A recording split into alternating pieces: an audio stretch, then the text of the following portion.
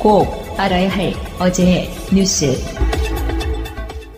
국민의당은 긴급하게 의원총회를 열었습니다. 이 자리에서 당은 진상규명 작업을 한다는 방침을 세웠지만 그에 앞서 일단 박주원 최고위원의 당원권부터 정지시켰습니다. 비상징계 사유에 해당될 수 있기 때문에 당대표가 일단 긴급 징계 조치를 취하기로 했습니다. 앞서 박 최고위원과 관련해선 2008년 불거진 김대중 전 대통령 100억 원 비자금 의혹의 제보자란 의혹이 제기됐습니다. 당시 여당이었던 한나라당의 주성영 의원이 해당 의혹을 제기했는데 그 제보자로 당시 여권 주변에 머물고 있었던 전직 검찰 수사관 박주원 최고위원이 지목된 겁니다. 박 최고위원은 관련 의혹을 모두 부인했습니다. 관련 보도에 난 행위 중 어떤 것도 한 게 없다는 겁니다.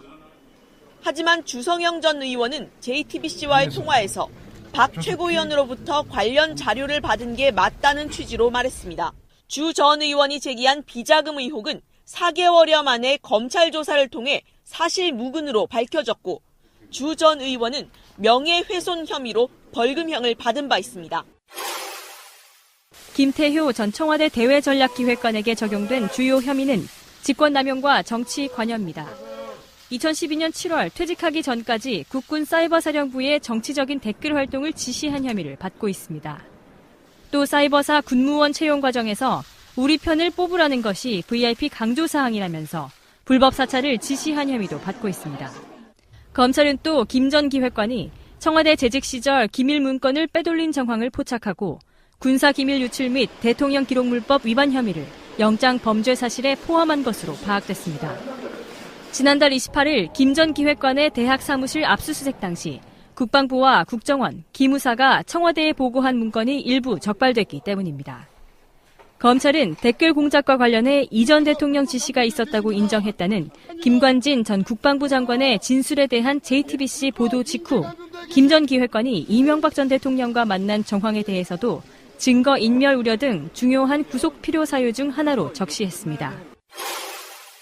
정부의 승인을 받아 운영되는 방송사는 대개 3, 4년에 한 번씩 제어가 심사를 받습니다.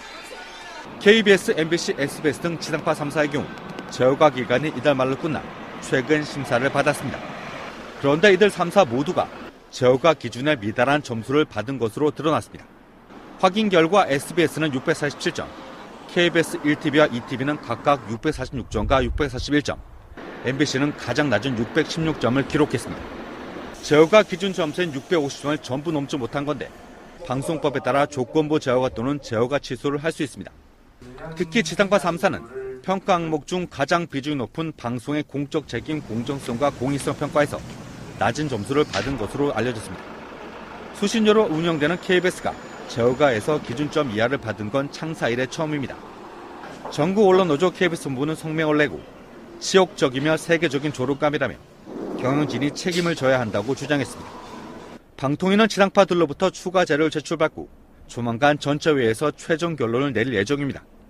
일부에선 편성위원회 강화, 이행실적 매년 점검 등 강한 제어가 조건을 붙일 가능성이 높다는 얘기가 나옵니다. 방송 중간에 좋아요를 눌러주시면 새날팀들에게 큰 힘이 됩니다. 미리 감사합니다. 트위터가 진짜 언론입니다.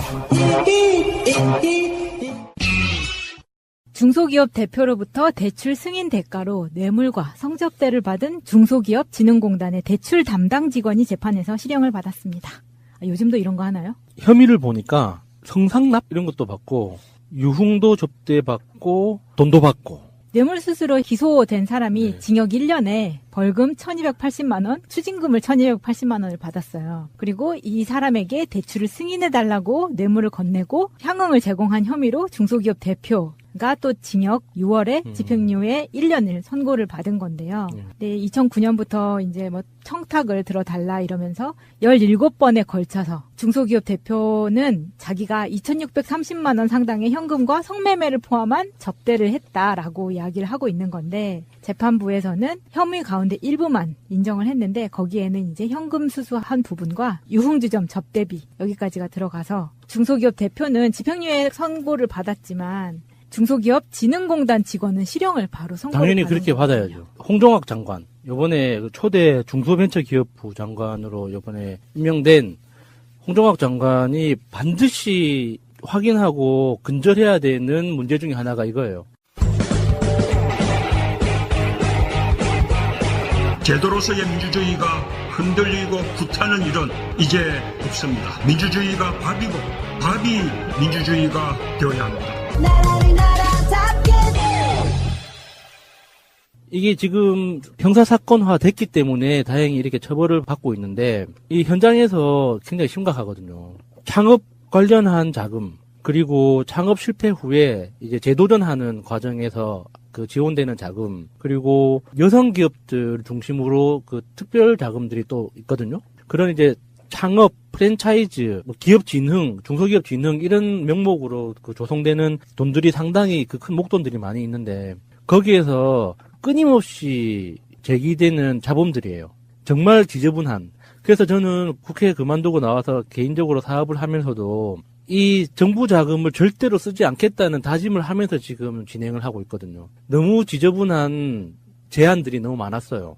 그러니까 제가 페이퍼 작업을 잘 하기 때문에 페이퍼 작업을 해주면 사업계획서를 쓰는 거죠. 사업계획서를 써주면 대가를 어느 정도 주겠다. 그 대가가 어디서 나오느냐. 컨설팅 회사가 중소기업청이나 공단 직원들하고 결탁해가지고 컨설팅 회사를 지정을 하는 거죠. 공단이나 청이 지정하는 공인 컨설팅 회사를 지정받아서 그 회사가 중개를 해주는 거예요. 페이퍼워크를. 네.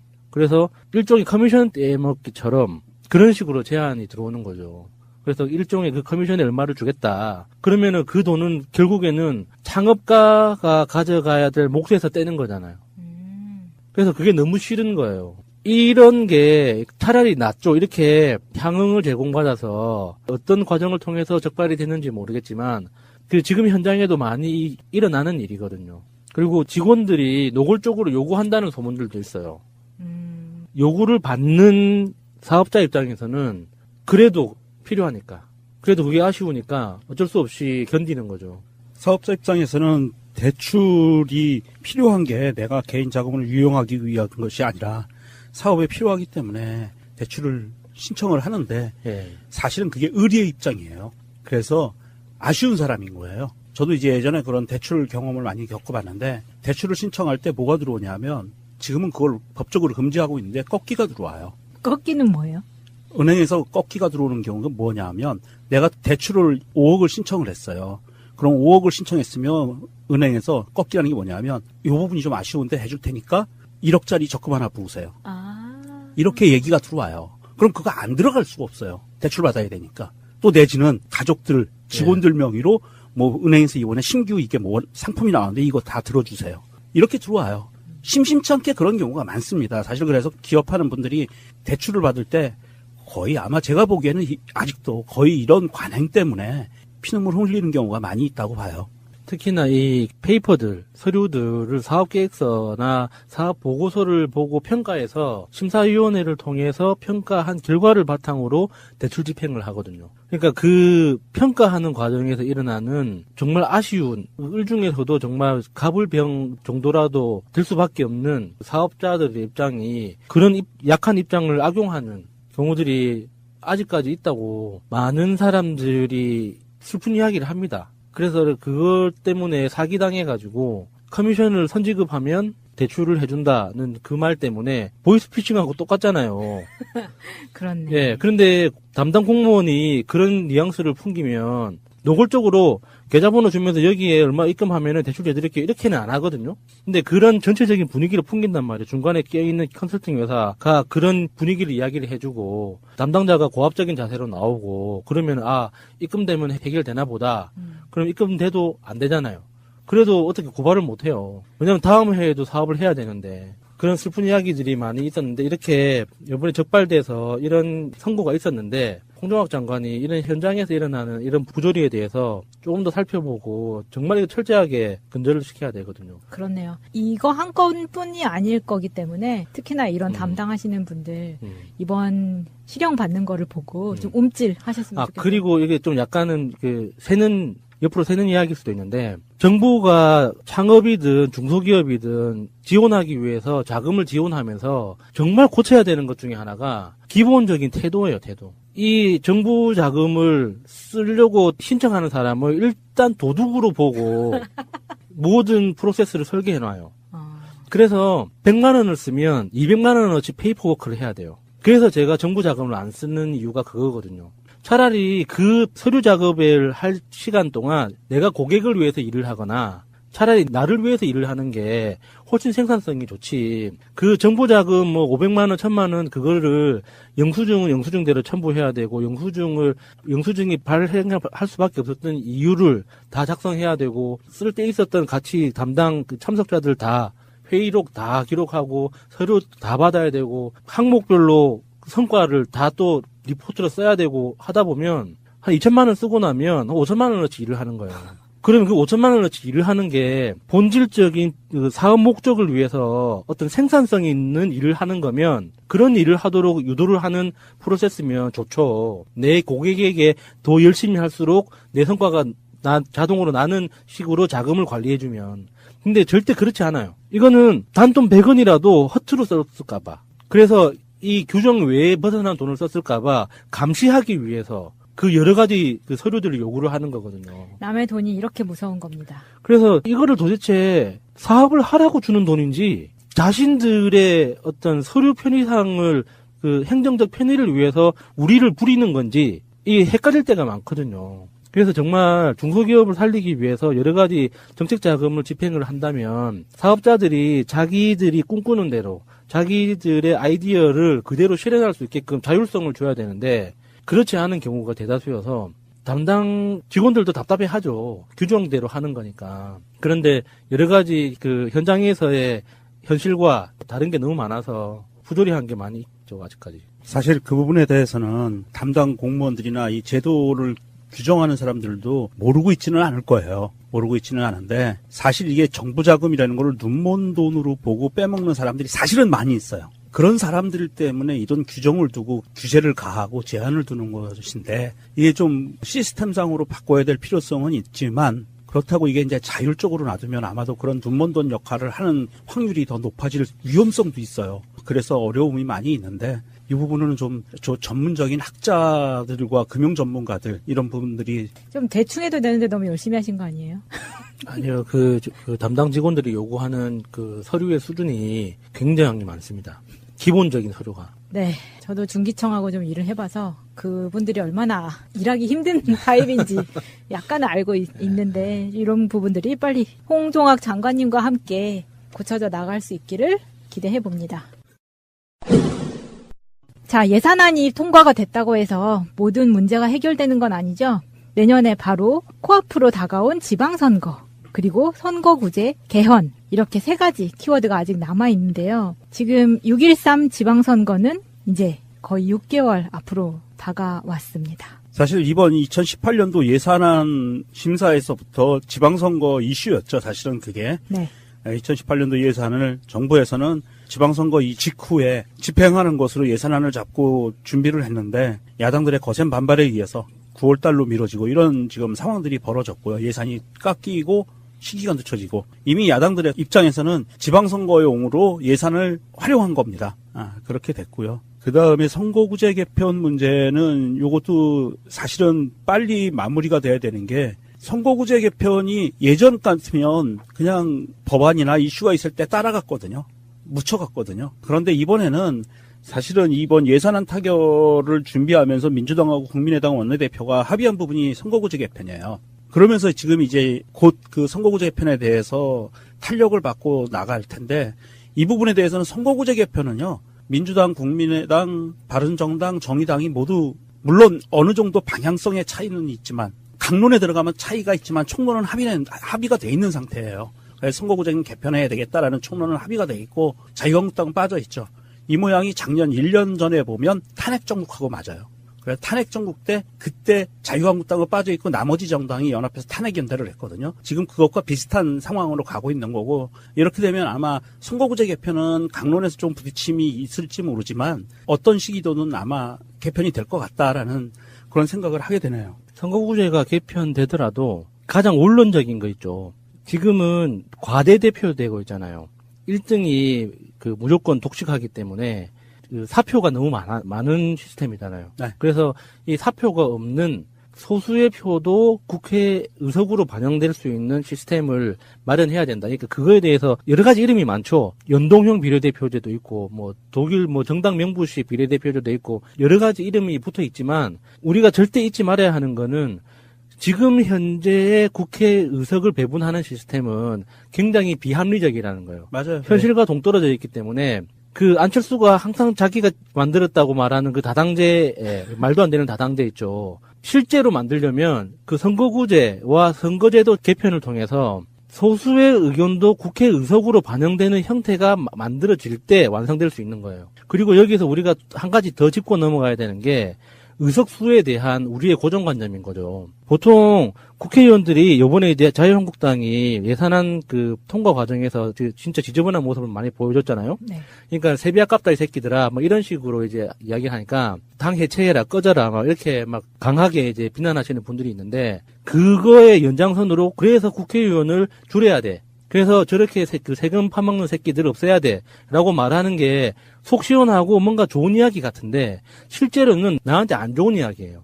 국회 한 해 예산이 뭐 몇천억이네, 뭐 이렇게 그 특수활동비가 뭐 80억이네, 90억이네 이렇게 이야기를 해도 예산을 2배로 늘려주고 내가 혜택을 5배로 받으면 국회의원을 2배로 늘려주는 것도 괜찮은 방법이에요. 지금 현재 대한민국 국회의원은 한 사람이 다루는 예산의 규모가 너무 과다하기 때문에 전문성이 떨어져요. 생각해봐, 이번에 428조 원이 통과됐잖아요. 그런데 국회의원이 지금 법률상 300명으로 묶여있단 말이죠. 그러면은 한 사람이 1년 동안 책임지고 2조 원 이상을 봐야 된다는 거예요. 왜냐하면 국회의원이 하는 일이 법률을 만드는 일도 하지만 예산안을 심사하고 승인하는 역할도 하잖아요. 그러면 결산도 하거든요.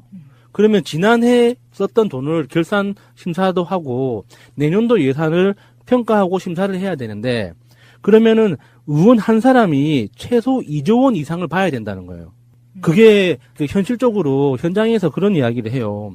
예산 관련해서 스터디를 하고 실제로 집행을 하다 보면 한 사람이 집행하는 금액이 10억이 넘어가면 부작용이 생기기 시작해요.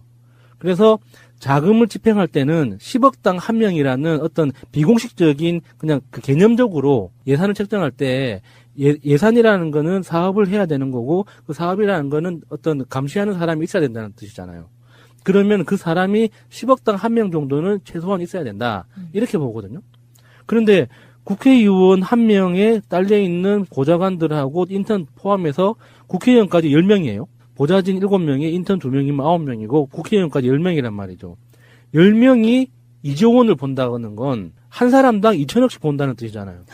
그러면은 그 사람들이 2천억에 할당된 각각의 사업들을 하는 게 사실 제가 되게 계속 숫자를 나눠서 복잡하지만 현실적으로 안 됩니다. 더 늘려야 된다는 말씀이십니까? 예, 그래서 저는 국회의원 숫자 자체를 늘리는 것도 파격적으로 생각을 해봐야 돼요. 그러니까 지금은 비례대표라는 그 제도 자체가 굉장히 추상적인 개념이거든요. 옛날에 전국구라는 그 전국구 의원이라는 개념이 지금 비례대표로 와 있는데 직능 중심의 비례대표 제도도 한번 생각을 해봐야 돼요. 그래서 지금은 그 지역 중심의 정치 조직이 아니라 지금은 디지털 시대이기 때문에 지역이나 거리 개념이 중요하지 않잖아요. 그러니까 내가 어떤 일을 하고 어떤 이해관계 속에서 비즈니스를 하는가가 훨씬 더 중요한 시대이기 때문에 그거에 맞추려면 직업 중심으로 대표할 수 있는 정치 시스템을 고민을 해야 되는 거죠. 근데 지금은 너무 과대표되고 과소대표되고 있는 거예요. 그래서 그런 우리가 국회의원 정수에 대해서도 이렇게 너무 부정적으로 저런 싸우기만 하는 새끼들 저것들을 밥그릇 다 차버려야 돼 이런 식으로 바라보면 결국에 피해를 보는 건 나 자신이에요. 그래서 이 일을 더 정확하고 제대로 시킬 수 있는 방법이 어떤 건가에 대한 고민도 함께 해야 된다는 거죠. 우리가 우리를 대표하는 사람들이 엘리트주의에 엘리티즘에 똘똘 뭉쳐 있으면 야수님 말대로 피해는 우리가 봅니다. 그래서 국회의원이 엘리트가 아닌 사람이어야 돼요. 그러려면 숫자를 늘리는 게 맞죠. 예. 예전에 판검사 숫자, 변호사 숫자를 늘리자라고 했을 때 이슈가 많이 됐었어요. 네, 지금 정말 그 업계에서는 반대했었죠. 난리가 났었죠. 자기들 목숨 걸고 반대했어요. 변호사들이. 자기들한테 주어지는 혜택이 줄어들어서 그렇죠. 그렇죠. 수입이 줄어드니까 특권이 줄어들고 그랬기 때문에 그 엄청난 반대를 해왔던 거고요. 사실은 국회의원 숫자를 늘리자라고 하면 제일 반대가 심한 그룹은 국회의원이에요. 국회의사당에서 반대를 합니다. 네. 굉장히 어려운 부분이고 사실은 비례대표하고 이 연동형 비례대표제나 독일식 정당 명부제 이런 부분들이 도입되면 좋겠는데 사실 지금의 정치 지형상에서는 굉장히 어려운 부분이고요. 왜냐하면 연동형 비례대표제나 독일식 정당 명부제를 채택을 하게 되면 현 시점에서는 가장 유리한 게 민주당이에요. 엄청나게 압도적으로 유리하기 때문에 지지율이 지금 그래서 야당들이 절대 여기에 동의를 안 할 거예요. 그렇다고 봤을 때 야당들이 특히 국민의당이나 정의당 이런 쪽에서 합의를 볼 수 있는 건 뭐냐면 최대로 봤을 때 중대선거구제 요 정도까지만 아마 합의가 되지 않을까 저는 그렇게 예측을 하고 있고요. 물론 비례대표 수를 많이 늘리고 지역 국회의원보다 그리고 국회의원 수를 더 많이 약 한 2배 정도까지 늘려줘야 맞다고는 생각을 하지만 지금 당장 이게 이루어지기는 쉽지 않을 것 같고요. 다음 총선에서 어떻게 결과가 나오는지를 봐야 이게 또 선거구제 개편 문제는 다시 한번 또 얘기가 될 수 있을 것 같습니다. 그런데 이제 이 선거구제 개편보다 더 심각하고 더 코앞으로 닥쳐져 있는 게 개헌 문제죠. 네, 지금 개헌이 제가 바라기에는 그냥 지방선거랑 같이 했으면 좋겠거든요. 이 지지율과 여세를 몰아서 개헌도 그냥 한 방에 쭉 갔으면 좋겠는데 당연히 홍준표 대표는 관훈 토론회에서 이렇게 말을 했습니다. 지방선거에 붙인 곁다리 국민투표는 옳지 않다. 당연히 그렇게 생각하시겠죠? 그런데 선거비 아끼려고 경남지사 사퇴도 안 하신 분이 이런 말을 할 자격이 있을지는? 개헌 문제는 사실은 아직까지는 국회가 운전대를 잡고 있어요. 이게 국민이 잡아야 되는 운전대를 지금 국회가 대신해서 잡고 있는데 국회가 그 가시적인 성과들을 내놓지 못하고 있는 상황에서 이 개헌 문제가 나오려면 그 타임테이블을 보면 1월 달에는 어느 정도 매듭을 져야 돼요. 국회 안에서 내부적으로 매듭을 져서 국민들한테 보고를 해야 되거든요. 그런데 지금 돌아가는 상황을 보면 아마도 국회 안에서 이게 매듭 지어지기가 쉽지 않을 거다. 특히 국회 안에서 개헌이라고 하는 부분은 일부 개헌으로 정부 조직만 손댈 수 있는 일부 개헌이 들어갈 것 같은 느낌이 들어요. 그렇다고 봤을 때는 문재인 대통령이 전에 그 공포한 대로 국회에서 제대로 개헌을 내놓지 못할 경우에는 정부안이 나올 수도 있는 상황이거든요. 그런다고 봤을 때 시간표상으로 보면은 6월 지방선거와 동시선거를 하는 게 동시투표를 하는 게 원칙적으로 맞지만 사실은 거기에 맞추기 굉장히 힘들어질 가능성이 높고요. 이 홍준표가 이런 말을 뱉어내는 것은 이 동시투표를 하게 되면 자기들한테 불리하기 때문에 그래요. 그렇죠. 네, 개헌 이슈가 들어가면 이 개헌에 반드시 따라붙는 거는 박근혜거든요. 그렇기 때문에 국민의 주권이 높아지는 국민이 발언할 수 있는 발언권이 높아지고 주권이 높아지는 그리고 국회의원의 권한이 약화될 수 있는 이런 개헌을 자기들이 절대 찬성하지 않을 거고요. 그리고 같이 투표를 할 경우에는 본인들이 불리하기 때문에 이런 발언을 하는 것 같고요. 아마도 제가 보기에는 국회에서 합의안 나오는 것 같고는 반드시 부족하기 때문에 정부안이 다시 나오든지 아니면 본격적인 재논의가 불입트게 될 것이 아닌가 하고 예상을 하고 있습니다. 자, 현역 같은 저놈은 아직도 국회 어디선가 본회의장에서 새누리당 국회의원들을 멀찌감치 바라보고 있을 것 같은 바로 그런 남자 강기정 전 의원님 나오셨습니다. 어서 오십시오. 네, 안녕하십니까. 예, 어떤 분이 보내주셨던 삼행시 다시 한번 들어보겠습니다. 정말 명작이었어요. 강한 듯 따뜻한 남자. 기정 씨가 정말 좋아요. 도대체 누굴까요? 우리 사모님 아니실까요? 잘 지었네요. 네. 강하고 따뜻하고. 네. 1회 방송을 듣고 네. 아마 모르긴 해도 거기에 맞는 삼행시를 지어서 보내야겠다라고 이렇게 메일이 왔더라고요. 제가 지역에 가보면 막 강하다. 네. 그런데 만나보면 참 따뜻하다. 네. 이 얘기를 한단 말입니다. 네. 그러니까 마음씨 좋은 동네 형님 이런 느낌이잖아요. 네. 투사 이런 느낌이 별로 없어. 마음씨 좋은 동네 형님만 하면요. 리더로 인정 안 해줘요. 결단, 네. 강단짐 이런 것도 좀 있어야 된다고. 그럼 이렇게 하시죠. 네. 강한 남자. 그 강한 남자는 한때 우리 정청래 의원이 고초를 겪었던 그건데요. 강안 남자죠. 네, 그때 문화일보 만화. 네. 의원님이 그러면 지금 제가 보니까 마음에 안 드시는 거예요, 이게 지금. 아니, 마음에 들어요. 그러면 본인도 한번 지어보세요. 본인의 이름으로. 제가 오늘 띄워드리겠습니다. 이건 정말 어떤 약속도 있지 않아요. 자, 강처럼. 강처럼 4대강? 그건 영산강, 낙동강. 예. 자, 기운 세고 아름다운 정이 많은 남자. 말이 안 되네요. 강처럼 기운 세고 아름다운 정이 많은 남자. 좋은데요, 뭐. 근데 강하고 기운 세고 아름답고 정 많고 이게 잘 안 떨어지는데요. 완벽한 남자라는 뜻인데. 그런데요, 이 성함이 예. 강자, 기자, 정자가 삼행시 짓기는 정말 좋아요. 그러니까 이게 조금만 생각을 하면 단어들은 많이 나오는 그런. 제 정자가 바를 정자거든요. 예. 예, 기자는 옥기라 그래서 옥돌, 그러니까 바른 돌, 바른 옥 이런 뜻입니다. 그러시군요. 어디 강씨십니까? 진주강입니다. 저희들은 거의 다 진주강. 6대 성씨 중에 하나. 예. 6대 성씨는 또 뭐예요? 대한민국 6번째 일가가 큰, 성씨가 큰 성. 단일 성씨로? 그러니까, 예, 단일 성씨로 있잖아요. 김해김, 이렇게. 김해김, 김이박, 최, 다음에 강인데. 그렇죠. 그러니까, 예. 김해김 씨, 전주희 씨, 경주 최 씨, 이런 식으로 가다 보면, 그게 6대 성씨였군요. 예. 그런데 이제 진주강은 또 6대 성씨도 성씨지만은 단일본이라고 표현하거든요. 예를 들면. 예. 거의 본이 하나다. 그래서 단결력이 엄청 셉니다. 그러면 하나만 더요. 말씀 나온 김에. 조상분들 중에. 네. 이분만큼은 정말 잘하고 싶다 하시는 분. 강감찬. 야, 우리 시조이기도 합니다, 사실은. 저를 강기정 이야기할 때 꼭 강기갑으로 부르는 사람들이 많아요. 강기가 부하나. 공중부양에 신호하는. 그리고 두 분도 약간 콤비시지 않으셨어요? 아니요, 전혀 맞질 않습니다. 강기갑은 우선 술을 한 잔도 못 해요. 예, 겉으로는 상당히 속 키우고 농민운동하고 그러니까 술도 많이 먹을 것 같은데, 술을 한 잔도 못 하고, 여려요, 정말. 저는 여리진 않는데. 그런 분이 어떻게 공중부양을 하셨을까? 계속 저한테 공중부양했냐라고 누가 물으는데요. 저는 공중부양도 좀 다릅니다. 좀 다르게 했습니다. 자, 한때 어목하던 시절의 이야기예요.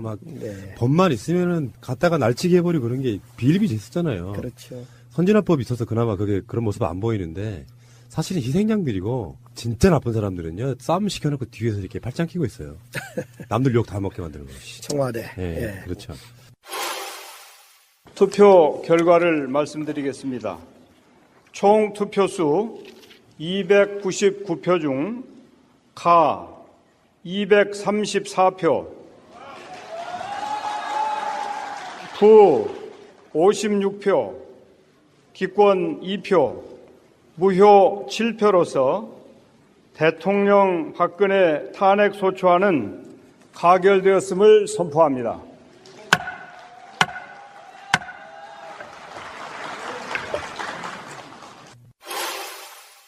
박근혜 탄핵 가결이 1주년 됐거든요. 네, 예. 안타깝게도 그 자리는 없으셨어요. 저는 독일 베를린에서 살고 있었는데 베를린에서 브란덴부르크 문 앞에서 저도 2주에 한 번씩 촛불 들고 행진하고 그랬습니다. 1년 전 오늘 박근혜 탄핵이 가결된 소식을 듣고 정말 많은 사람들이 길거리로 뛰쳐나왔던 기억이 나고요. 네. 그런 질문 한번 드려볼게요. 우리 방송을 이제 박근혜 기간 동안 거의 했기 때문에 말도 안 되는 국정농단 비슷한 사건들이 그 이전에 막 터져요. 그러면 우리는 이제 농반 진반으로 박근혜 저 탄핵시켜야 된다고. 근데 실제로 그 말을 강하게 주장한 사람은 별로 없었던 게 과연 될까? 정치권 움직이기도 힘들고 사실 그 당시에 더불어민주당은 어떻게 했네, 국민의당은 어떻게 했네 여러 가지 이야기가 나오지만 정치권에 그 당시에 계셨다고 그러면 실제로 박근혜 탄핵을 될 거라고 생각할 수 있었을까요? 저도 독일에서 이제 독일은 한국 시간 오후 4시쯤이 독일의 아침입니다. 그러면 눈을 뜨자마자 집에서는 이제 인터넷이 안 돼서 베를린 자유대 학교를 나가서 학교에 나가 있으면 그 함께 있는 유학생들이나 조교들이 제 방문을 뿌이끔 열고 들어와요. 어떤 소식에 대해서 막 같이 묻고 토론하고 그랬는데 그때 이제 저희들도 한국의 정치권이나 국회 움직임에 대해서 저희들도 많이 듣고 분석하고 가슴 졸이고 도대체 어떻게 될 거냐 분석하고 그랬는데요.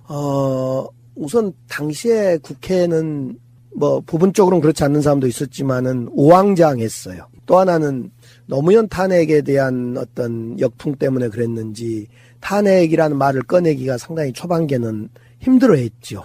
예, 과연 될까 이런 생각도 있었고. 그래서 저희들이 이제 매일 대한민국에서 매주 주말에 광화문에서 열린 촛불 그 소식을 듣고 우리도 이래서는 안 되겠다 그래서 유럽에 있는 각 도시, 큰 도시, 이제 독일로 말하면 베를린 수도, 행정 수도인 금융 수도인 프랑크푸르트, 또 저 밑에 뮌헨 이런 곳곳에서 유학생들과 또 현지 교포들이 모여서 시위를 하고 그랬죠. 우리도 많이 모일 때 400여 명 좀 넘고요. 적게 모일 때는 한 200여 명. 저희들은 2주에 한 번 하는데요. 재미가 없어요. 독일어, 영어, 한국어로 해야 되고 누가 나와서 노래 한 자리 부르지도 않고. 예. 그 많은 사람들 앞에서 시민들이 와서 발언을 하고 그 당시에 정치인들한테도 마이크 안 줬어요. 그러니까 사실은 시민들이 끌어간 네. 박근혜 탄핵이었고. 그렇죠. 그래서 그 당시에도 그 많은 정치인분들이 이제 우리 방송 나오셔서 하셨던 말씀이 국민을 반발짝만 따라가면 된다. 이 상황에서는 국민이 다 끌어갔으니까 만약에 정치인들이 주도했다 그러면 또 다른 역풍이 불었을지도 몰라요. 제가 당시에 제 노트북에는 당시에 정치인 중에 헛발질한 정치인들이 꼼꼼히 다 메모되어 있기도 합니다. 블랙리스트 작성하셨네. 블랙리스트는 아니고 제가 언젠가는 그때는 그랬지라고 제 정치를 반추하기 위해서 이럴 때는 이렇게 해야 된다는 걸 보기 위해서 당시에 대한민국의 정치인들 주요 정치인들의 발언과 당시의 상황 판단에 대해서 제 나름의 분석과 판단을 해놓은 자료가 있습니다. 이게 언젠가는 이게 살생부처럼. 자, 알겠습니다. 잠시 후에 다시 오겠습니다. 이 방송하기 하루 전이었는데요. 호남대학교에서 무슨 행사가 하나 열렸어요. 네. 그 스토리가 좀 굉장히 뭔가 뭉클한 부분이 있어가지고 제가 한번 여쭤보려고 합니다. 표정두 열사.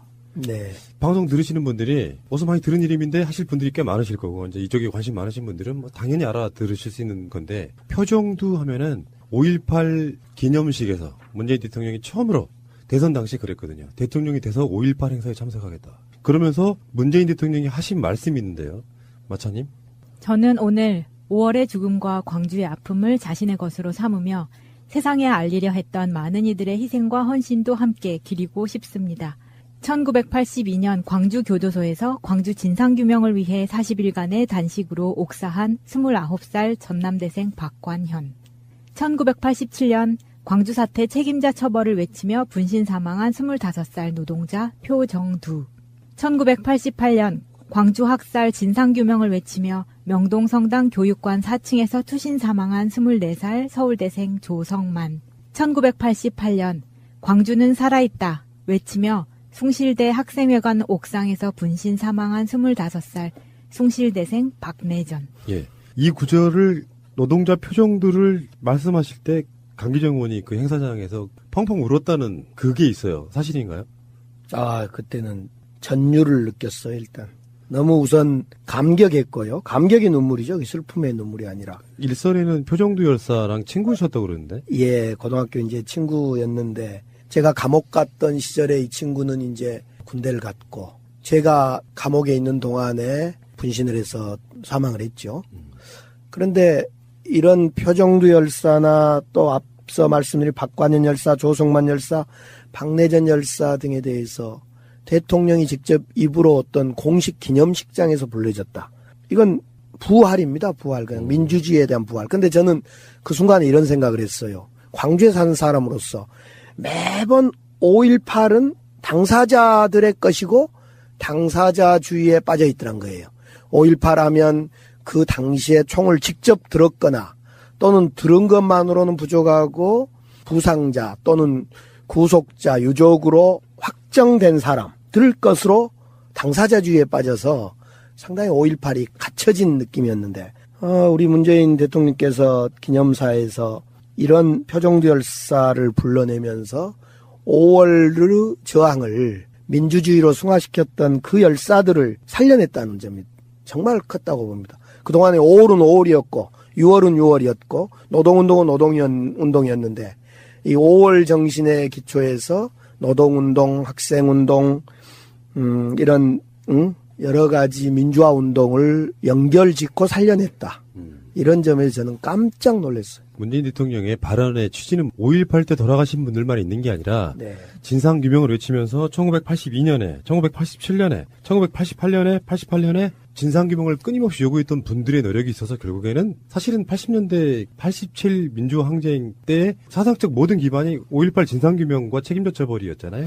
그렇습니다. 87년 6월 항쟁뿐만 아니라 저희 세대인 80년대 노동운동을 했거나 농민운동을 했거나 학생운동을 했던 모든 사람들의 민주화운동을 했던 사람들의 그 뿌리는 5.18 진상규명 책임자 처벌 딱 8구절이었죠. 그래서 호남대학교에서 이분에 대한 명예 학사학위 수여식이 7일 날 있었던 건데요. 네, 호남대 서강석 총장님과 호남대학에서 큰 결심을 한 거죠. 이게 원래 이분이 호남대학교 무역학과 입학하셨고요. 83년에 군 제대 후에 복학을 했는데 가정 형편이 어려워서 결국에는 등록금 못 내서 제적된 거잖아요. 그렇습니다. 네, 어머니랑 어제도 형님이 나오셔가지고 그 졸업장을 대신 받았는데요. 저희들이 막 박수를 쳤어요. 침으로 한 게 아니라 기쁘다. 문재인 대통령이 불러줘서 5.18 기념식장에서는 놀래서 기뻤고 그래 눈물이 났고 어제 그 호남대 그 현장 졸업장 받는 자리에서 우리가 기분 좋다고 원래 졸업식 하면 그냥 홀가분해서 막 모자도 던지고 박수 치잖아요. 그런 느낌으로 어제 행사를 맞이했어요. 그 5.18 기념사 하실 때는 막상 그 이름이 거명됐을 때는 거명되실 줄은 모르셨었죠. 그렇죠. 저는 기념사가 그렇게 문재인 대통령이 5월 9일 되고 첫 외부 공식 행사잖아요. 그 첫 외부 공식 행사 기념사 국가 기념식을 그렇게 그냥 사람을 놀래킬 줄을 모르는 거죠. 그러니까 그날은 기념사도 놀랬고 또 우리 5월 유가족을 껴안아 줬던 그것도 놀란 거고 아무튼 사람 많이 놀래요. 그 좀 문제가 있어요. 그 사람 심장마비로 그냥 심장마비가. 그러니까 문재인 대통령의 말씀을 우리 의원님 어떻게 들으셨냐면은 보실래요? 광주 사태 책임자 처벌을 외치며 분신 사망한 25살 강기정의 친구 노동자 표정두. 본인은 그렇게 들리신 그럼요. 거야. 왜냐하면 저는 평소에 표정두 너는 졸업도 못하고 노동운동하다가 가서 제가 감옥에 있을 때 어느 날 죽었는데 누가 인정도 안 해주는 거죠. 물론 추모 사업을 했거나 주변 동료들 가까운 친구들은 우리 표정두 참 장하다, 정신이 거룩하다 이런 친구들도 있었겠지만은 대부분 시민들과 국민들 우리 광주 대동고 우리 동창들 포함해서 그냥 순간 표정두 생각하지 그의 죽음이 어떤 의미를 갖고 어떤 희생을 겪었는가를 생각하지 못하다가 그 친구를 대통령이 부활시켰다는 점에 대해서 그렇죠. 예, 그냥 막 너무너무 고맙기도 하고 그날 표정두 열사 기념식이 끝나는 그날 오후에 표정두 형님이 저한테 전화가 왔어요.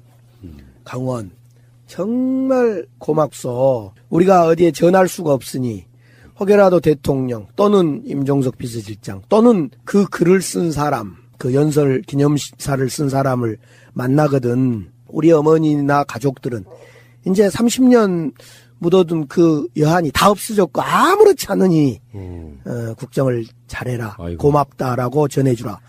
그랬는데 제가 5월 19일 날 이제 VIP를 청와대에서 보게 된 거예요. 그 다음 날. 그러셨구나. 예. 그래서 제가 그 말을 전했지요. 전하고 형님한테 다시 전했습니다. 라고 말씀드렸죠. 아이고 이상하게 무슨 뭐 영화 스토리 같고요. 예. 그 위에 먼저 말씀하셨던 박관현 그 총학생회장 부분은 아마 광주 사람들이면 다 알고 있는 굉장히 좀 슬픈 이름이고 뭐 이런 느낌이 있어가지고요. 갑자기 5.18로 쏙 빠져드는데 오늘은 이제 그 저한테는 이제 박관현 선배는 제 대학 1학년 때 저를 운동의 길로 민주주의 길로 이끌었던 선배이기도 하죠.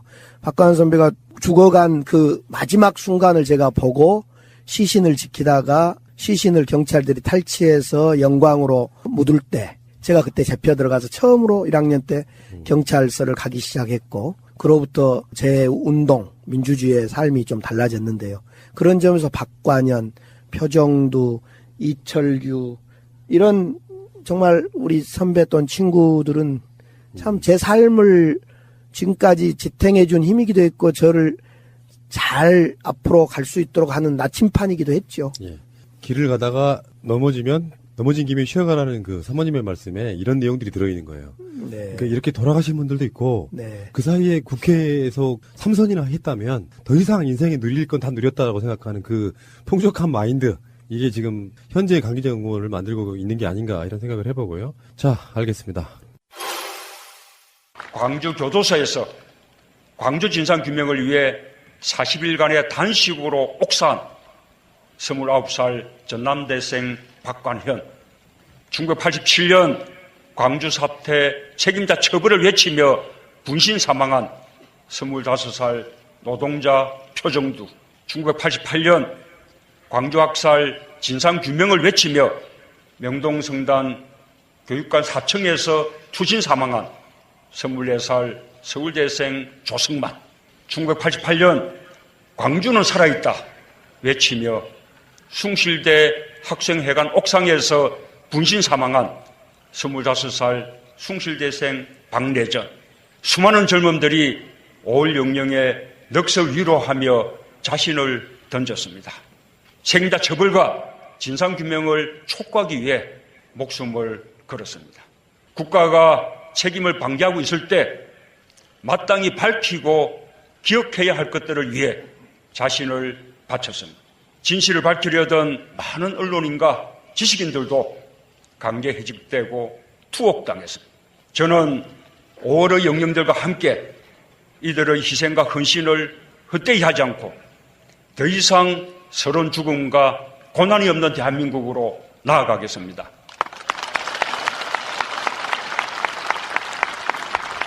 참이 거짓을 이기는 대한민국으로 나아가겠습니다. 국민들은 국가의 존재 이유가 무엇이냐고 물었습니다. 어려울 때 국가가 지켜주고 있다는 믿음을 주어야 그것이 국가의 존재 이유입니다.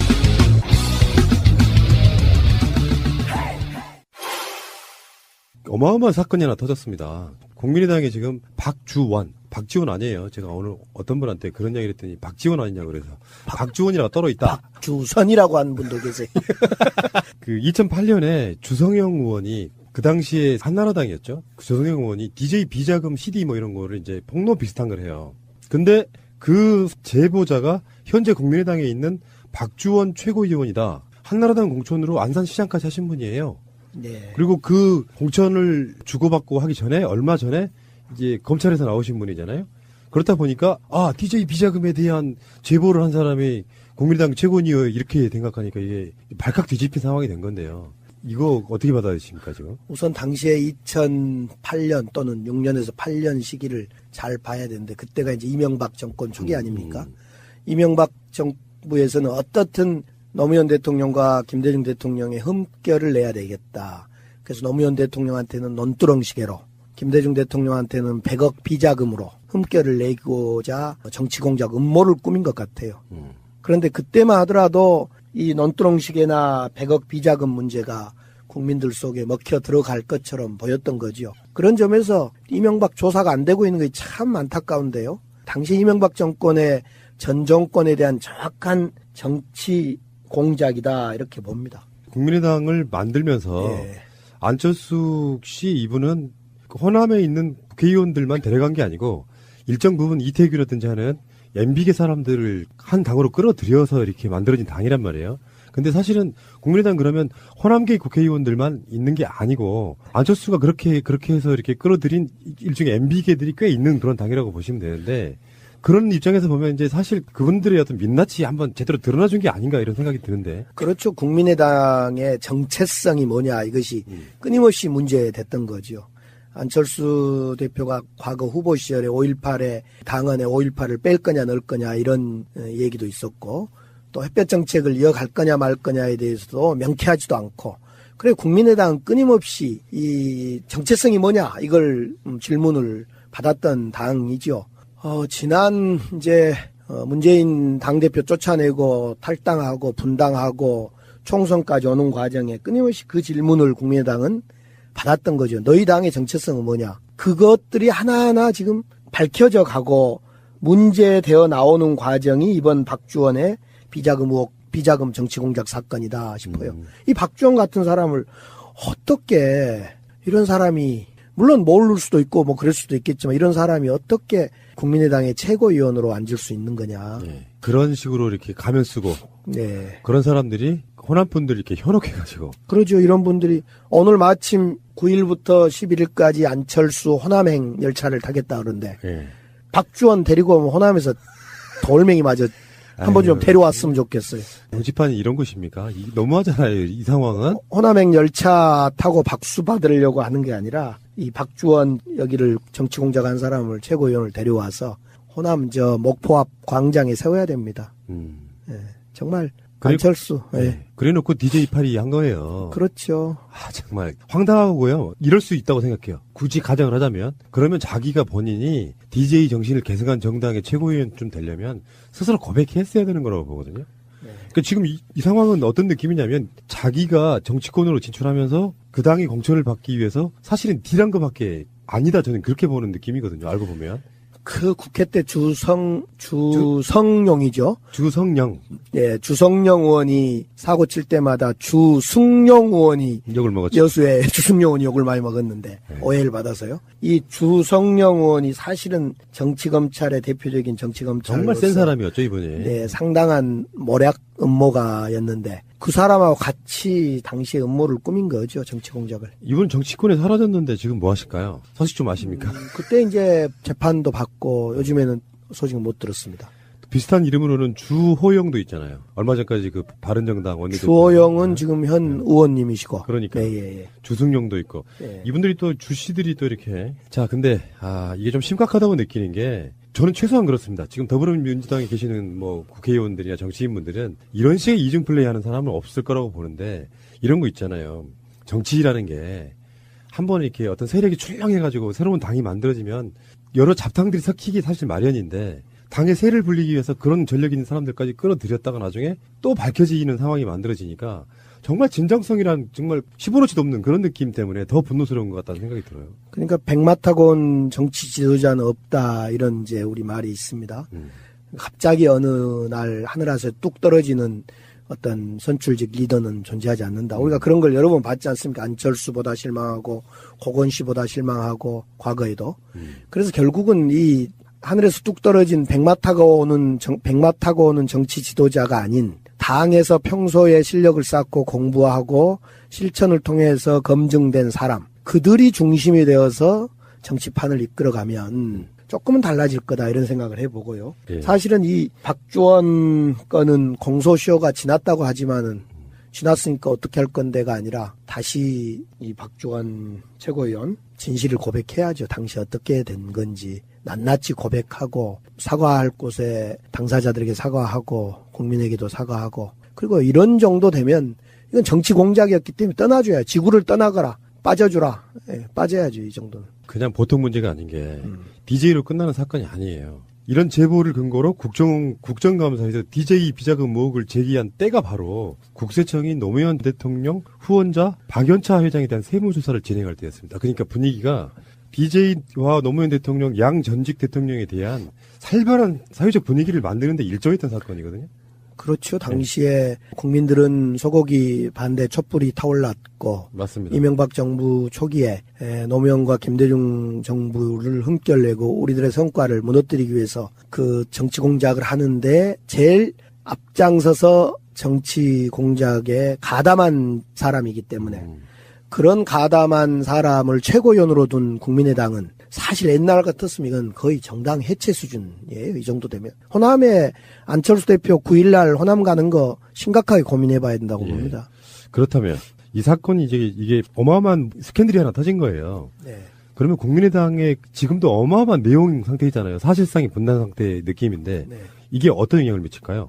글쎄 이미 이제 DJ 정신을 정말 이어야 되겠다라는 최경환 의원이나 몇 의원들은 분노하는 것을 저는 느꼈습니다. 또 당연히 분노해야 되고요.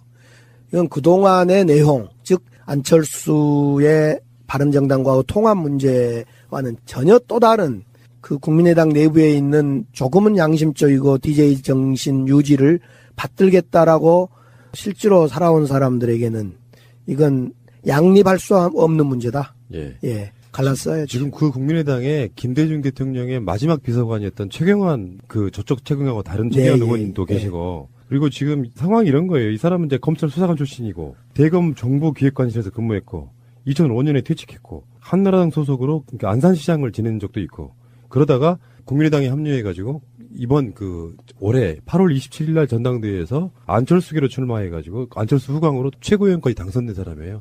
그러면 이제 안철수 국민의당 대표의 호남에서의 입지는 점점점 줄어들겠네. 지금도 입지할 게 없잖아요. 뭐 지금도 안철수 대표에 대해서 관심 두는 그 국민들은 없고요.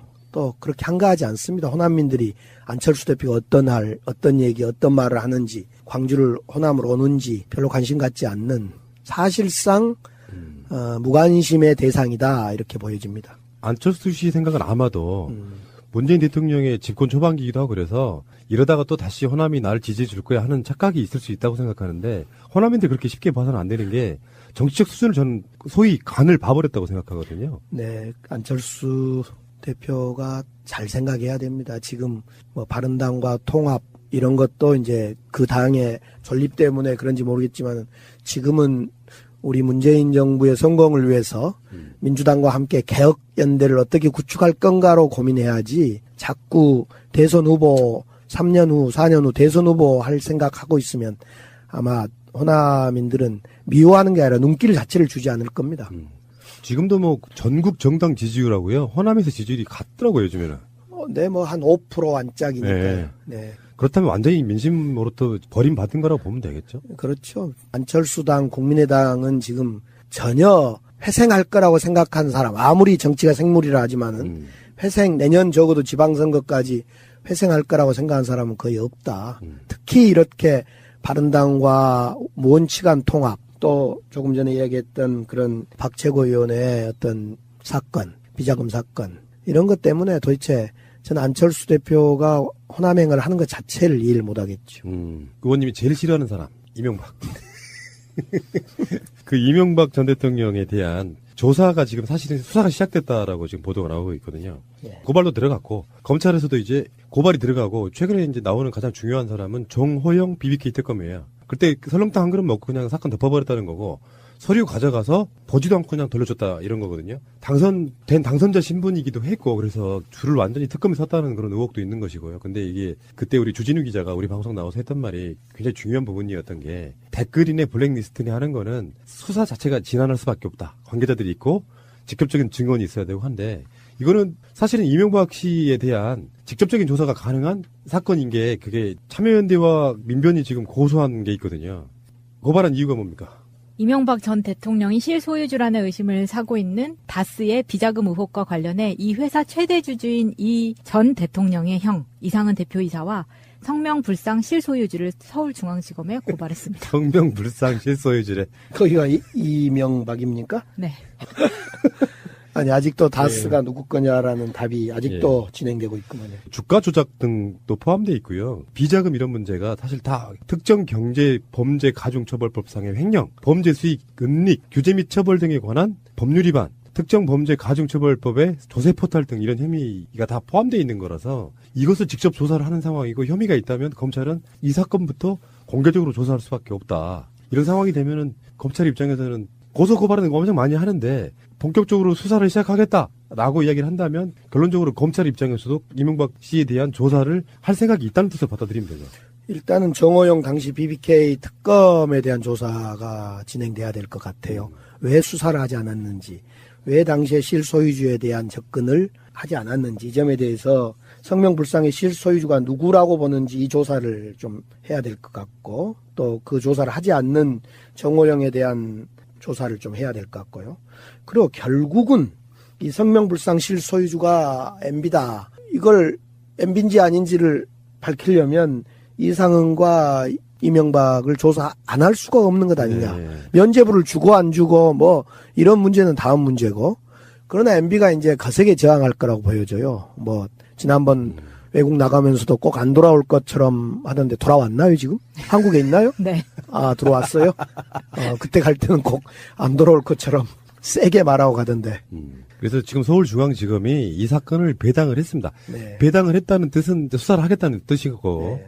이러면 이제 본격적으로 돌아서 뭐 여러 사람들 김관진이네 누구네 조사를 하지만 결론적으로 말해서 이건 이명박에 대한 직접적인 조사가 가능한 사건이기 때문에 우리 원래 예상은요. 그러니까 김관진 석방 이전에 원래에서 예상은 뭐 12월 한 뭐 19일 뭐 이런 정도 12월 하순 정도에는 이명박 씨가 포토라인에 서지 않을까라는 조심스러운 예상이 있었는데 뭐 김관진 석방이라든지 이런 문제가 생기면서 이건 좀 딜레이가 되겠구나 했는데 다시 이 문제가 검찰의 의지가 있다고 보시는 게 맞겠죠. 네, 최근에 이제 검찰에서 연말까지 적폐청산 조사를 마무리하면 어쩌냐 주요 사건 이런 비슷한 발언이 나와서 보도가 되어서 우리 적폐청산을 완전히 원하는 민주당 입장에서는 발칵 한번 뒤집혔던 적이 있어서 민주당에서는 검찰에 또 청와대 등등에 이 적폐청산은 시한을 정해놓고 끝낼 수 없는 거다. 잘 하는 것이 중요하다. 이런 입장도 전달한 걸로 알고 있는데요.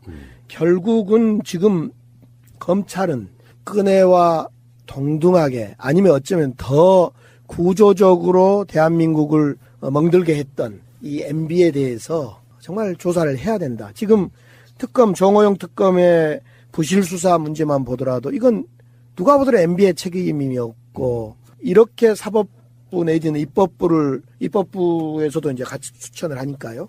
이렇게 문란케 하는 이런 사건을 그냥 어떤 정치적 이유만으로 덮는 것은 말이 안 된다고 봅니다. 예.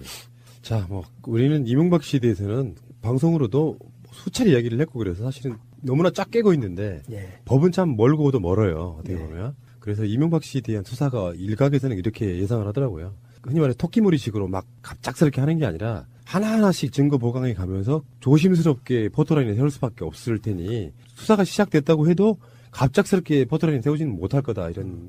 결국 이명박에 대한 수사는 4대 강도 애초에 생각이 있었고 자원외교 비리도 있었고 그러지만 결국 이 다스의 실소유주가 누구냐 또 다스와 관련된 이 불법적인 상황을 수사함으로 인해서 이명박은 포토라인을 세울 수 있을 거다 이렇게 생각합니다. 그리고 일부에서는 이제 포토라인 세우는 것이 정치 보복 아니냐 그런데 이건 적법한 옳지 못한 행위를 조사하는 행위로 국민들도 이해할 거라고 봅니다. 예. 그리고 지금도 여론조사하고 수도 없이 나오지만 범죄 수사해야 된다가 70%가 훨씬 넘으니까요.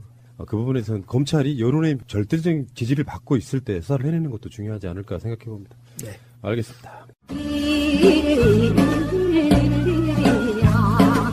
제가 MB의 아바타입니까? 아니면 아니라고 본인이 해명하십시오. BBK라는 수사 자문회사를 설립을 하고 여러분 이거 다 거짓말하는 걸 아시죠?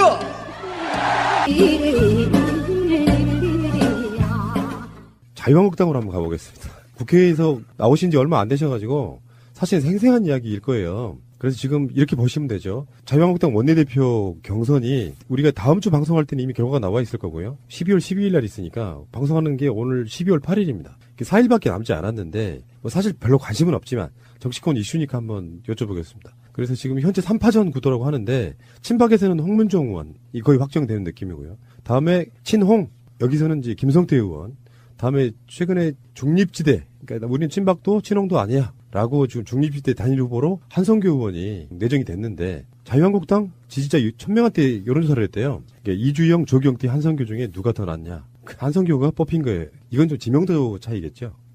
우선 예. 자유한국당이 지금 원내대표 경선을 하고 있는데 국민들은 자유한국당이 원내대표 경선을 하든 말든 정말 관심이 없는 일 같고요. 예. 특히 지금 대선에 그렇게 지고도 막말 공세와 지금 국정협조로 하지 않는 이 자유한국당에 대해서 국민들의 질타는 하늘을 찌를 듯 합니다. 지금 자유한국당이 듣지를 않고 길을 막아서 그렇죠.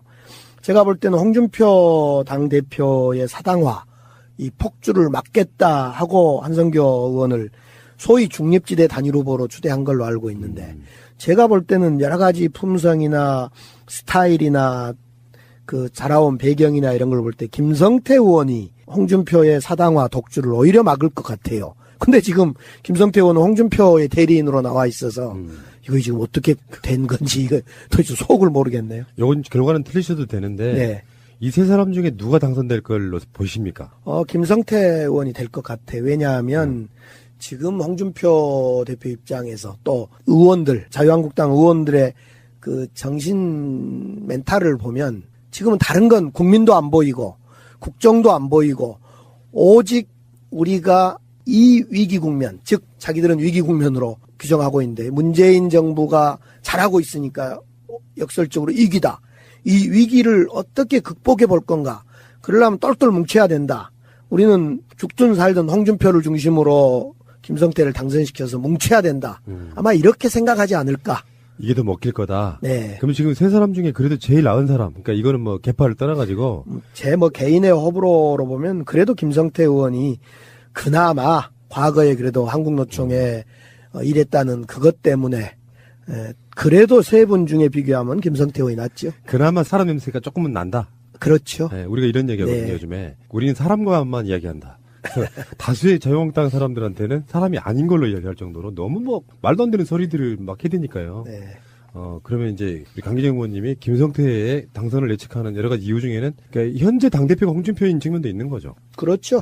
현재 당대표가 홍준표이기도 하고 또 스스로들이 뭉쳐야 산다 이런 그 위기 극복 본능이 있을 거라고 보여져요. 그러면 이게 만약은 쓸모없는 소리지만 중립지대가 없고 만약에 홍문정과 김성태가 붙었다면 어느 쪽이 이겼을까요? 그것도 원체 그 자유한국당 내부에 줄타기를 잘하는 사람이 많아서 이미 박근혜를 버리겠죠.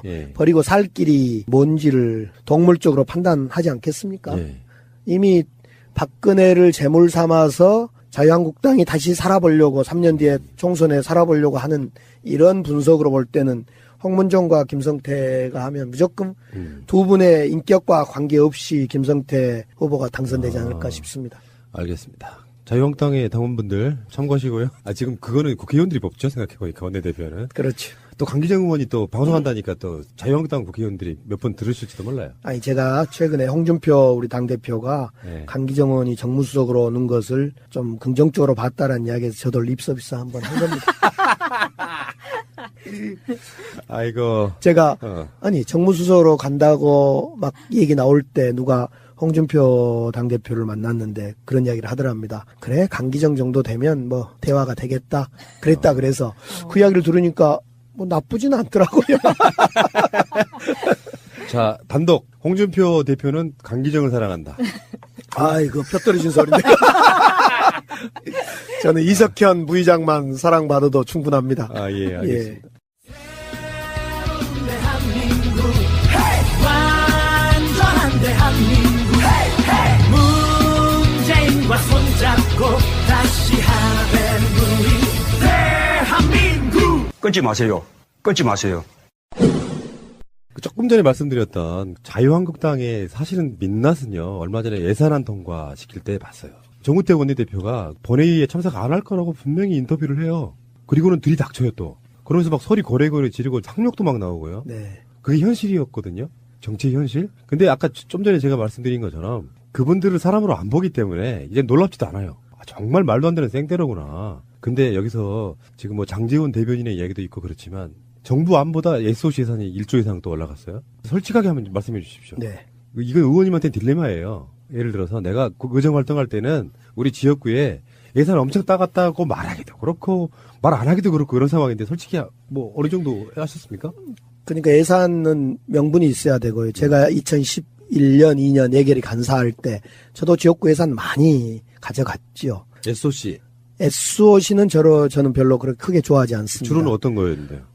예를 들면 이런 겁니다. 당시에 광주에 카톨릭 센터라고 220억짜리 건물이 있는데 이걸 카톨릭 센터가 시에서 사서 이걸 5월 기록관으로 만들었습니다, 지금. 그래서 카톨릭 센터를, 방송국을 시가 사서 그 장소에 5.18 기록관을 만들어서 현재 잘 운영되고 있습니다. 이런 일은 제가 했습니다. 그 광주백화점 건너편 쪽에 있는 거 아니에요? 그 금남로에 있습니다. 오랜만에 들어보네. 금남로 도청에서 한 200m 떨어진 거리에 있는 그런 예산은 저는 지금 김동연 부총리한테 제가 사정을 그때 많이 했죠. 그러셨구나. 근데 이게 국회 지금 현재 모습은 정권이 바뀌었고 대통령의 의지는 SOC도 필요한 걸 해야 되겠지만 그런 불필요한 SOC 줄이고 결국에는 뭐 일자리 늘린다거나 복지에 투여해야 된다는 게 기본 철학인 거잖아요. 그러니까 SOC도 우리 문재인 정부가 두 가지로 정확히 원칙을 정합니다. 우선 철도 SOC는 정확히 하겠다. 도로 SOC는 늘리지 않겠다. 줄여가겠다. 그러니까 도로라는 것이 이 중복 투자가 많고 큰 길 있는데 옆에 또 큰 길 내고 조금 구부러진 길을 다닐 수 있는데 또 직선도로 내고 이러면서 엄청난 우리 돈이 들어가기 때문에 도로는 줄이고 철도는 늘려가겠다. 이 원칙을 정부가 지켜가면서 예산을 짰는데 이번 국회 통과 과정에 SOC 예산이 많이 증액된 걸로 알고 있습니다. 그럼 앞으로 어떻게 해야 될까요? 이게 국회의원들의 기본적인 생각의 패러다임? 그러니까 내 지역구에 가서 눈에 띄는 도로, 무슨 다리, 건물 이런 거 놔주는 것이 국회의원의 공인 것처럼만 인식되는 경우가 있잖아요. 특히 지역 내려갈수록. 그러니까 이제 저도 12년 국회의원 해보고 예결위 간사도 해보고 그러면요. 사실 SOC 중에 필요한 거 있긴 합니다. 그런데 이제 이 문재인 정부 들어서서 사람 중심의 국정 운영, 사람 중심의 예산 투입, 사람 중심의 정치를 선언한 만큼 우리 여야를 떠나서 국회의원들이 사람에 투입되는 돈은 증액도 하고 또 어려움은 대표적으로 우리가 나무란 것이 이명박의 SOC 4대강 아닙니까? 그리고 이제 이명박 SOC 4대강뿐만 아니라 대한민국의 곳곳에 저는 불필요한 정말 낭비성 SOC, 예를 들면 길을 불필요하게 뚫는다거나 불필요한 곳에 큰 건물을 지어서 이용객도 없도록 만든다거나 이런 거에 대해서는 우리 국회의원들이 한 번쯤 생각을 해줘야 되겠다. 근데 제 경험은요. 예산 많이 가져가는 것과 국회의원이 다시 재당선되는 거하고는 비례하지 않는다. 절대 비례하지 않는다는 걸 저는 확신을 했습니다. 그러니까 예산 가져가면 주민들이 막 박수치고 우리 의원 다음에 다시 당선시켜줄게 이렇게 한다라고 생각하는데 그렇지는 않다는 이야기죠. 꼭 필요한 예산. 그 의원님께 우리 어머니의 한 15년 정도 전에 말씀을 하나 전해드려볼게요. 네. 예전에 전통적으로 이런 게 있었어요. 기존의 여당은 학벌 빵빵하고 서울에서 무슨 장관 좀 지낸 사람이 지역구에 꽂혀요. 네. 근데 야당 인사들은 보면 서울대 출신도 아니고 보면 민주화 투쟁 열심히 하신 분들이야. 네. 계속해서 이제 그럴 때 인물론이라는 게 선거판에 그런 말이 돌잖아요. 인물론과 뭐의 차이. 저희 어머니가 하셨던 말씀은 정말 지금도 뼈에 사무치는데요. 지역에다가 다리 놔주는 게 뭔 소용이 띠야? 딱 이런 톤이셨어요. 지역 홀대 안 하고 우리 쪽 사람들도 갖다가 쓸 수 있어야 되고 그래서 우리 쪽 사람들이 사투리를 그대로 표현하자 그러면 대충 이런 거 있어. 우리 애들이 허벌나게 공부도 잘한데 가갖고 무슨 공무원도 못하고 그러는 것이 더 나쁜 것이지 도로에다가 다리 놔줘봐야 그게 뭔 소용이 띠야? 이런 식의 이야기를 하셨던 기억이 나요. 굉장히 훌륭하신 거잖아요, 그게. 그렇죠. 우리 정치인들이 이제 또는 지역에 국회의원을 하겠다, 시장을 하겠다, 구청장을 하겠다, 군수를 하겠다 이런 정치인들이 자꾸 근본적인 서민의 행복, 국민의 행복, 서민의 삶을 바꾸기 위한 노력을 해야지 드러나서 보이는 어떤 건물, 또 어떤 다리, 또 어떤 길 이렇게 해서는 안 되겠다. 지금 우리 제일 걱정한 것이 제가 이제 21주째 매주 기업을 방문해보고 있는데요. 광주에서. 이 중소기업들이 최저임금이 인상되면서 정말 기업의 압박을 받고 있어요. 근데 이번에 3조 원 예산을 들어서 전국에 30인 미만의 기업에 대해서 재정 지원을 좀 해줬단 말입니다. 근데 이걸 두고 이제 국민의당이나 자유한국당에서는 시장 질서에 개입한다. 그래서 이제 반대하고 그랬는데 정부 예산을 들어서라도 기업, 중소기업들을 좀 살릴 필요가 있다. 그리고 최저임금을 올렸으니까 월급을 받을 수도 있고 그런 일에 좀 합심 딱 해서 해야 된다고 생각합니다. 역시 12년 세월은 속일 수가 없네요. 아니 제가 한때 예결위 간사를 했다는 그것 때문에 조금 이해도가 높습니다. 그제 예산 통과된 걸 저는 보면서 참 고생을 했다라고 하면서도 아쉬운 점이 좀 있고 막 그랬어요. 네. 보도가 딱 나오면 그냥 눈에 보이죠. 어떤 상황이었을지가 눈에 뻔히. 그렇죠. 네. 예. 문제는 이제 문재인 대통령의 정치적인 철학이 있고 여당 국회의원들도 사실은 안 할 수도 없고 할 수 없는 굉장히 애매한 상황이었을 거라고 봐요. 네. 대표적으로 이제 아동수당 0세부터 4세까지 매달 10만 원, 1년에 120만 원 주겠다. 근데 그냥 아동에게 줬으면 좋을 건데 상위 10%는 소득 수준 상위 10%는 안 주니까 그 상위 10%의 국민들은 아니 우리는 열심히 세금 내서 잘 냈는데 우리는 안 줘버리면 어떻게 하냐. 이제 이런 이 지점에서 이제 보편 복지와 이런 문제가 이제 튀어나온다고 봐요. 그 아동수당은 애들에게 주는 수당이기 때문에 그냥 매달 10만 원 모든 아동에게 줬으면 좋았겠다 싶고 그것도 이제 선거에 또 이용당한다 어쩐다 해서 갑론을박 하면서 9월로 지급 시기도 연기된 것도 조금 아쉬움이 좀 있고. 네. 누가 그런 이야기 하시더라고요. 선거에 영향이 있을 거면 평창 올림픽도 연기하라고. 그렇지 않아도 네. 평창 올림픽은 지금 미국 대사입니까? 거기가 네. 한마디 해서 지금 네. 난리가 났어요. 별로 의미 없는 소리였어요. 알고 보니까. 뭐 그래요? 그거 넘어가고요. 자, 현안은 아니고 이런 거 한번 여쭤보고 싶어요. 사실 정치인들 모시면은 솔직히 이런 말씀 처음 드려봐요. 모든 정치인들한테. 본능적으로 우리는 뭘 보는 줄 아세요? 본다는 표현보다 본능적으로 스캔이 딱 돼요. 뭐냐면은 얼마나 목에 힘을 주는 거니까. 정치인들 보면. 근데 사실 민주정당 계열의 분들 선입견이 좀 있으면 있었지 실질적으로 대해보면 굉장히 낮은 자세가 많아요. 어떤 국회의원은 혼자 배낭 메고 대중교통 타고 인터뷰하러 오시는 분도 있고요. 어떤 분은 보좌관 한 3명씩 모시고 오는 분도 있긴 있어요. 데리고 오시는 분도 있긴 한데 전체적으로 거의 대부분의 분들은 그냥 서민이야. 사실 정치라는 건 서민들 중에 대표가 나가서 정치하는 거잖아요. 알고 보면. 그렇죠. 나도 그냥 서민인 거잖아요. 예, 우리 대한민국 국회의원 300명의 국회의원 전 직업군을 보면 너무 행정관료나 법조인에 너무 쏠려 있다 이런 비판이 있죠. 저는 늘 그런 생각이 들던데 전라남도 국회의원 중에는 바다에서 고기 잡은 사람도 한 명쯤 있었으면 좋겠고 어장을 하는 사람 또 농사꾼도 한 명은 있었으면 좋겠고 5.18 광주 같은 데는 광주 정신을 투철하게 실현하는 어떤 사람 뭐 예를 들면 강기정 같은 사람도 좀 있었으면 좋겠고 그거 좀 다양했으면 좋겠어요. 자, 그래서 네. 우리 의원님 서민 테스트. 네. 전통시장에 자주 가세요? 저는 공식적으로는 1년에 2번은 꼭 가고요. 2번 플러스 알파를 갑니다. 명절에 가시는 거죠? 예, 추석 때하고 설 때는 의무적으로 갑니다.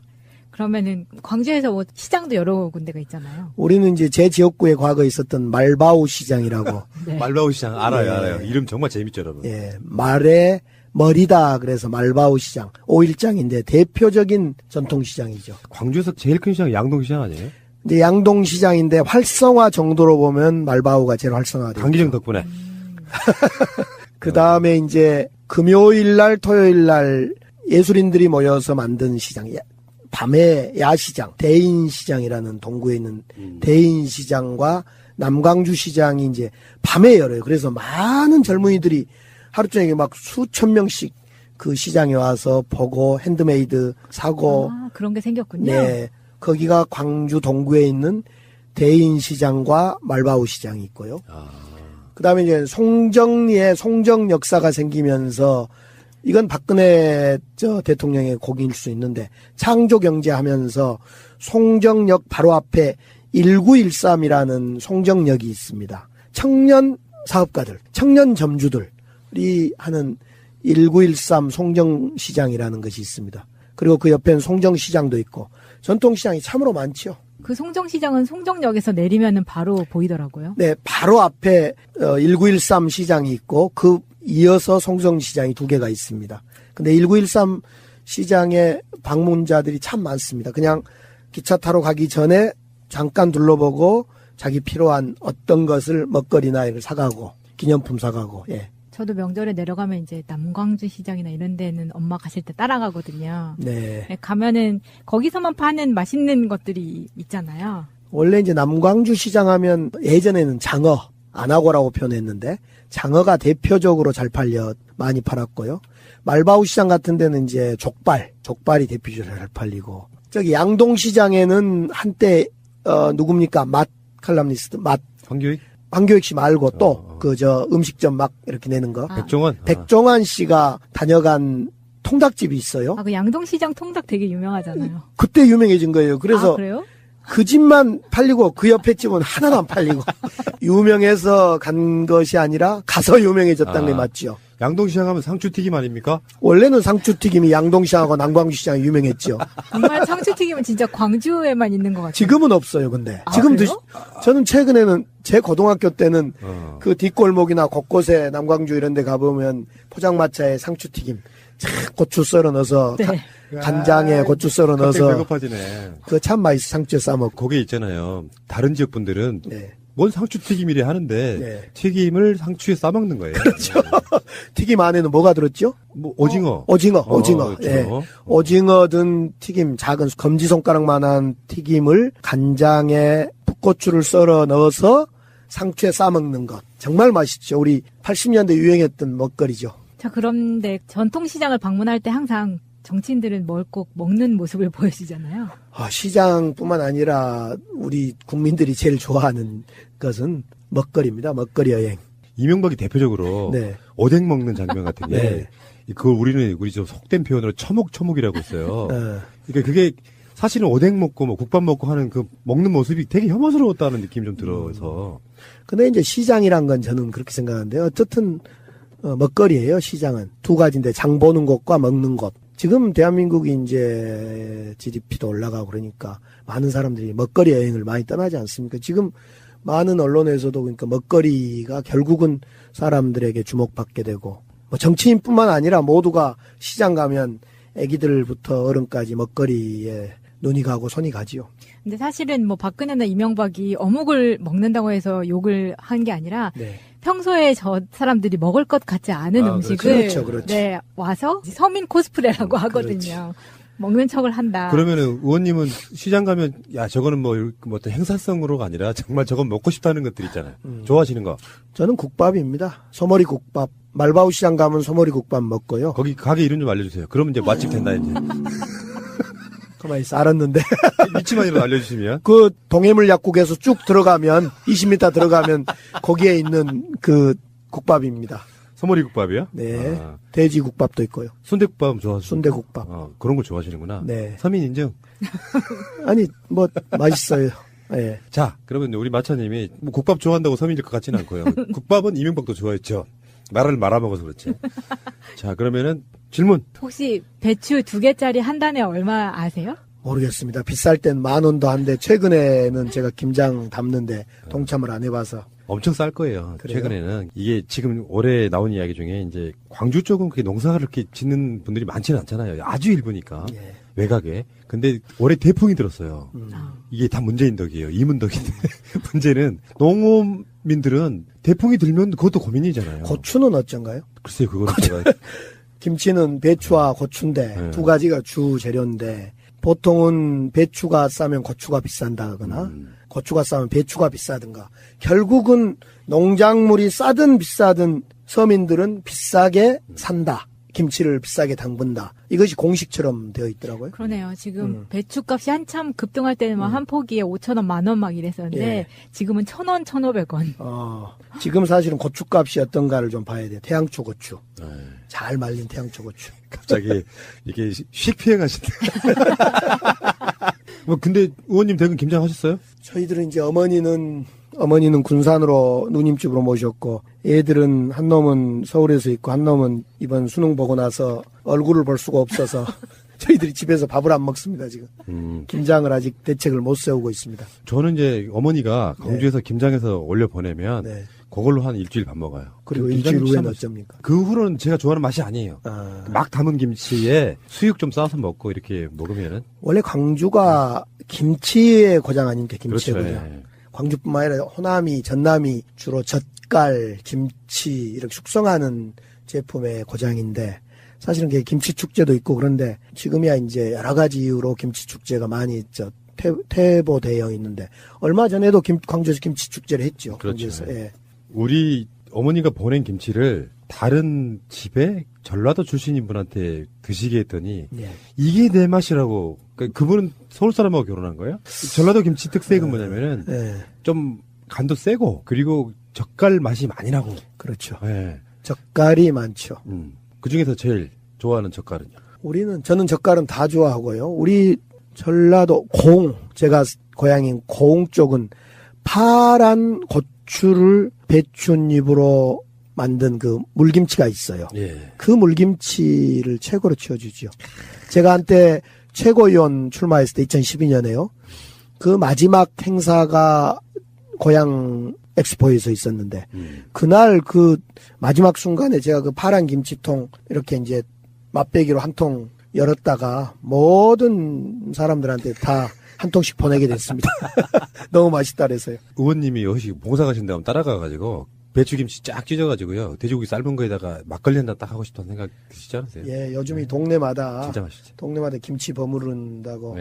동네마다 요즘은 제가 이제 우리 북구 지역구 동네를 돌아보진 않았는데 동마다 이쯤 되면 김치를 담습니다. 그래서 불이웃돕기 한다고 또 동주민들 나눠 가지려고 많이 담는데 그때 가면 아침부터 그냥 잔치입니다. 잔치. 동네 주민 자체회에서. 서민 인증?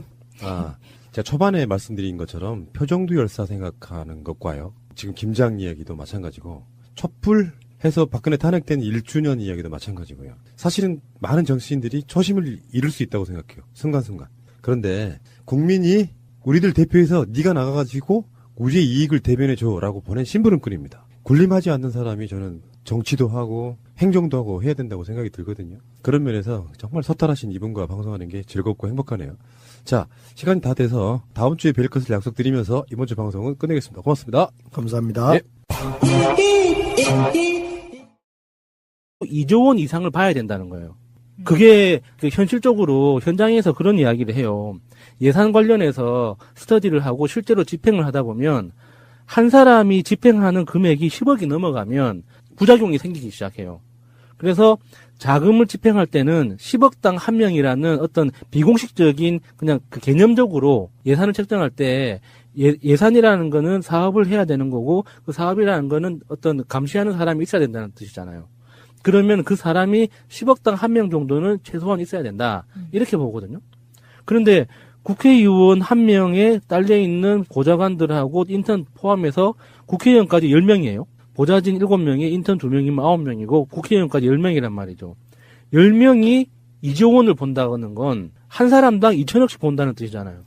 그러면은 그 사람들이 2천억에 할당된 각각의 사업들을 하는 게 사실 제가 되게 계속 숫자를 나눠서 복잡하지만 현실적으로 안 됩니다. 더 늘려야 된다는 말씀이십니까? 예, 그래서 저는 국회의원 숫자 자체를 늘리는 것도 파격적으로 생각을 해봐야 돼요. 그러니까 지금은 비례대표라는 그 제도 자체가 굉장히 추상적인 개념이거든요. 옛날에 전국구라는 그 전국구 의원이라는 개념이 지금 비례대표로 와 있는데 직능 중심의 비례대표 제도도 한번 생각을 해봐야 돼요. 그래서 지금은 그 지역 중심의 정치 조직이 아니라 지금은 디지털 시대이기 때문에 지역이나 거리 개념이 중요하지 않잖아요. 그러니까 내가 어떤 일을 하고 어떤 이해관계 속에서 비즈니스를 하는가가 훨씬 더 중요한 시대이기 때문에 그거에 맞추려면 직업 중심으로 대표할 수 있는 정치 시스템을 고민해야 되는 거죠. 근데 지금은 너무 과대표되고 과소대표되고 있는 거예요.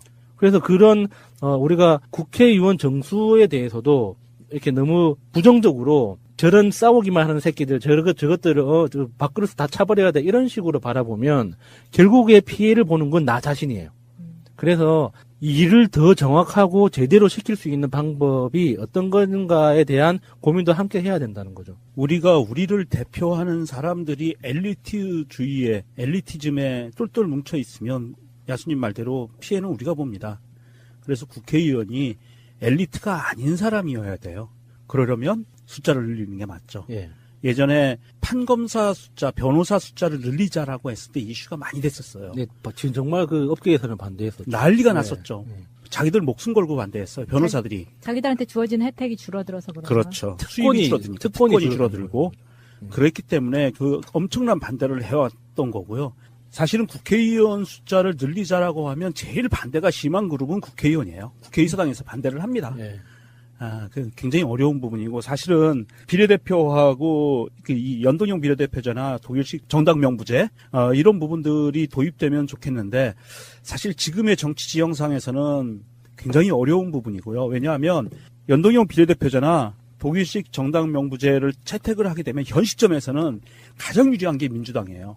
엄청나게 압도적으로 유리하기 때문에 지지율이 지금 그래서 야당들이 절대 여기에 동의를 안 할 거예요. 그렇다고 봤을 때 야당들이 특히 국민의당이나 정의당 이런 쪽에서 합의를 볼 수 있는 건 뭐냐면 최대로 봤을 때 중대선거구제 요 정도까지만 아마 합의가 되지 않을까 저는 그렇게 예측을 하고 있고요. 물론 비례대표 수를 많이 늘리고 지역 국회의원보다 그리고 국회의원 수를 더 많이 약 한 2배 정도까지 늘려줘야 맞다고는 생각을 하지만 지금 당장 이게 이루어지기는 쉽지 않을 것 같고요. 다음 총선에서 어떻게 결과가 나오는지를 봐야 이게 또 선거구제 개편 문제는 다시 한번 또 얘기가 될 수 있을 것 같습니다. 그런데 이제 이 선거구제 개편보다도 더 심각하고 더 코앞으로 닥쳐져 있는 게 개헌 문제죠. 네, 지금 개헌이 제가 바라기에는 그냥 지방선거랑 같이 했으면 좋겠거든요. 이 지지율과 여세를 몰아서 개헌도 그냥 한 방에 쭉 갔으면 좋겠는데 당연히 홍준표 대표는 관훈 토론회에서 이렇게 말을 했습니다. 지방선거에 붙인 곁다리 국민투표는 옳지 않다. 당연히 그렇게 생각하시겠죠? 그런데 선거비 아끼려고 경남지사 사퇴도 안 하신 분이 이런 말을 할 자격이 있을지는? 개헌 문제는 사실은 아직까지는 국회가 운전대를 잡고 있어요. 이게 국민이 잡아야 되는 운전대를 지금 국회가 대신해서 잡고 있는데 국회가 그 가시적인 성과들을 내놓지 못하고 있는 상황에서 이 개헌 문제가 나오려면 그 타임테이블을 보면 1월 달에는 어느 정도 매듭을 져야 돼요. 국회 안에서 내부적으로 매듭을 져서 국민들한테 보고를 해야 되거든요.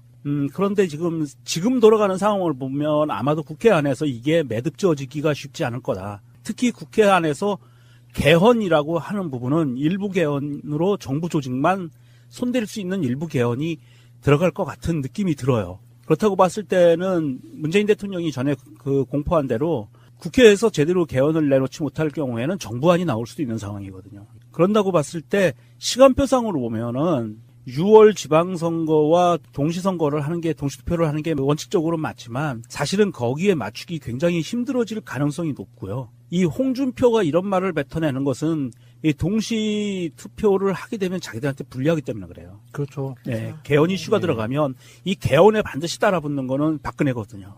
그렇기 때문에 국민의 주권이 높아지는, 국민이 발언할 수 있는 발언권이 높아지고 주권이 높아지는, 그리고 국회의원의 권한이 약화될 수 있는 이런 개헌을 자기들이 절대 찬성하지 않을 거고요. 그리고 같이 투표를 할 경우에는 본인들이 불리하기 때문에 이런 발언을 하는 것 같고요. 아마도 제가 보기에는 국회에서 합의안 나오는 것 같고는 반드시 부족하기 때문에 정부안이 다시 나오든지 아니면 본격적인 재논의가 불입트게 될 것이 아닌가 하고 예상을 하고 있습니다.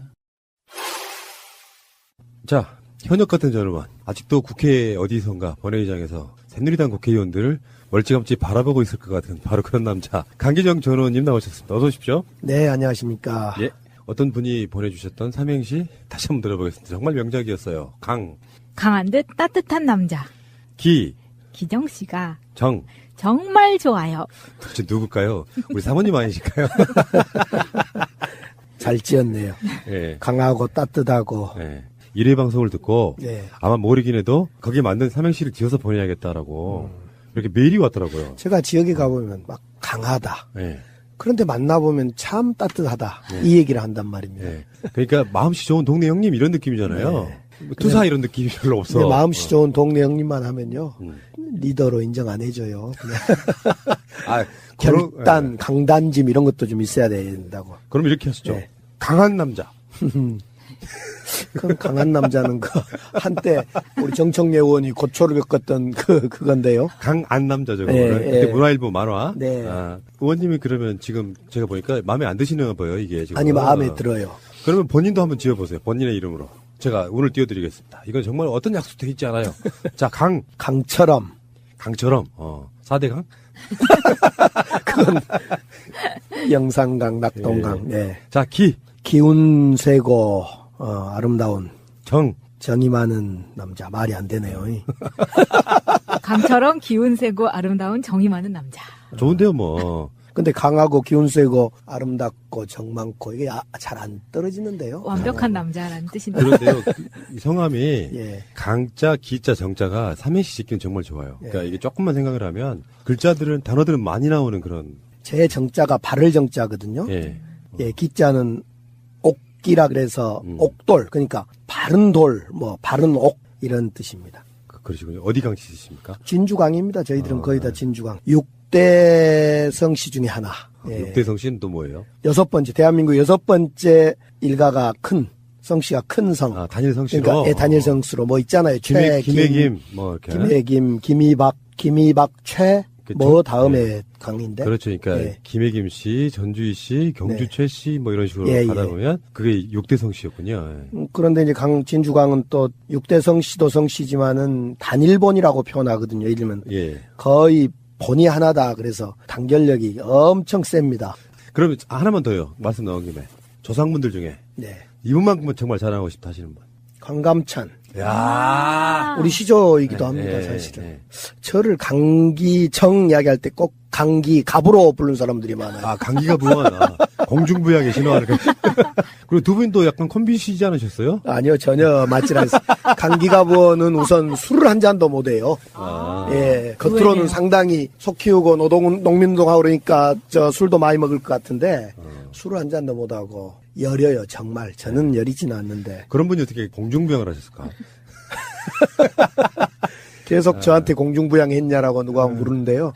저는 공중부양도 좀 다릅니다. 좀 다르게 했습니다. 자, 한때 어목하던 시절의 이야기예요.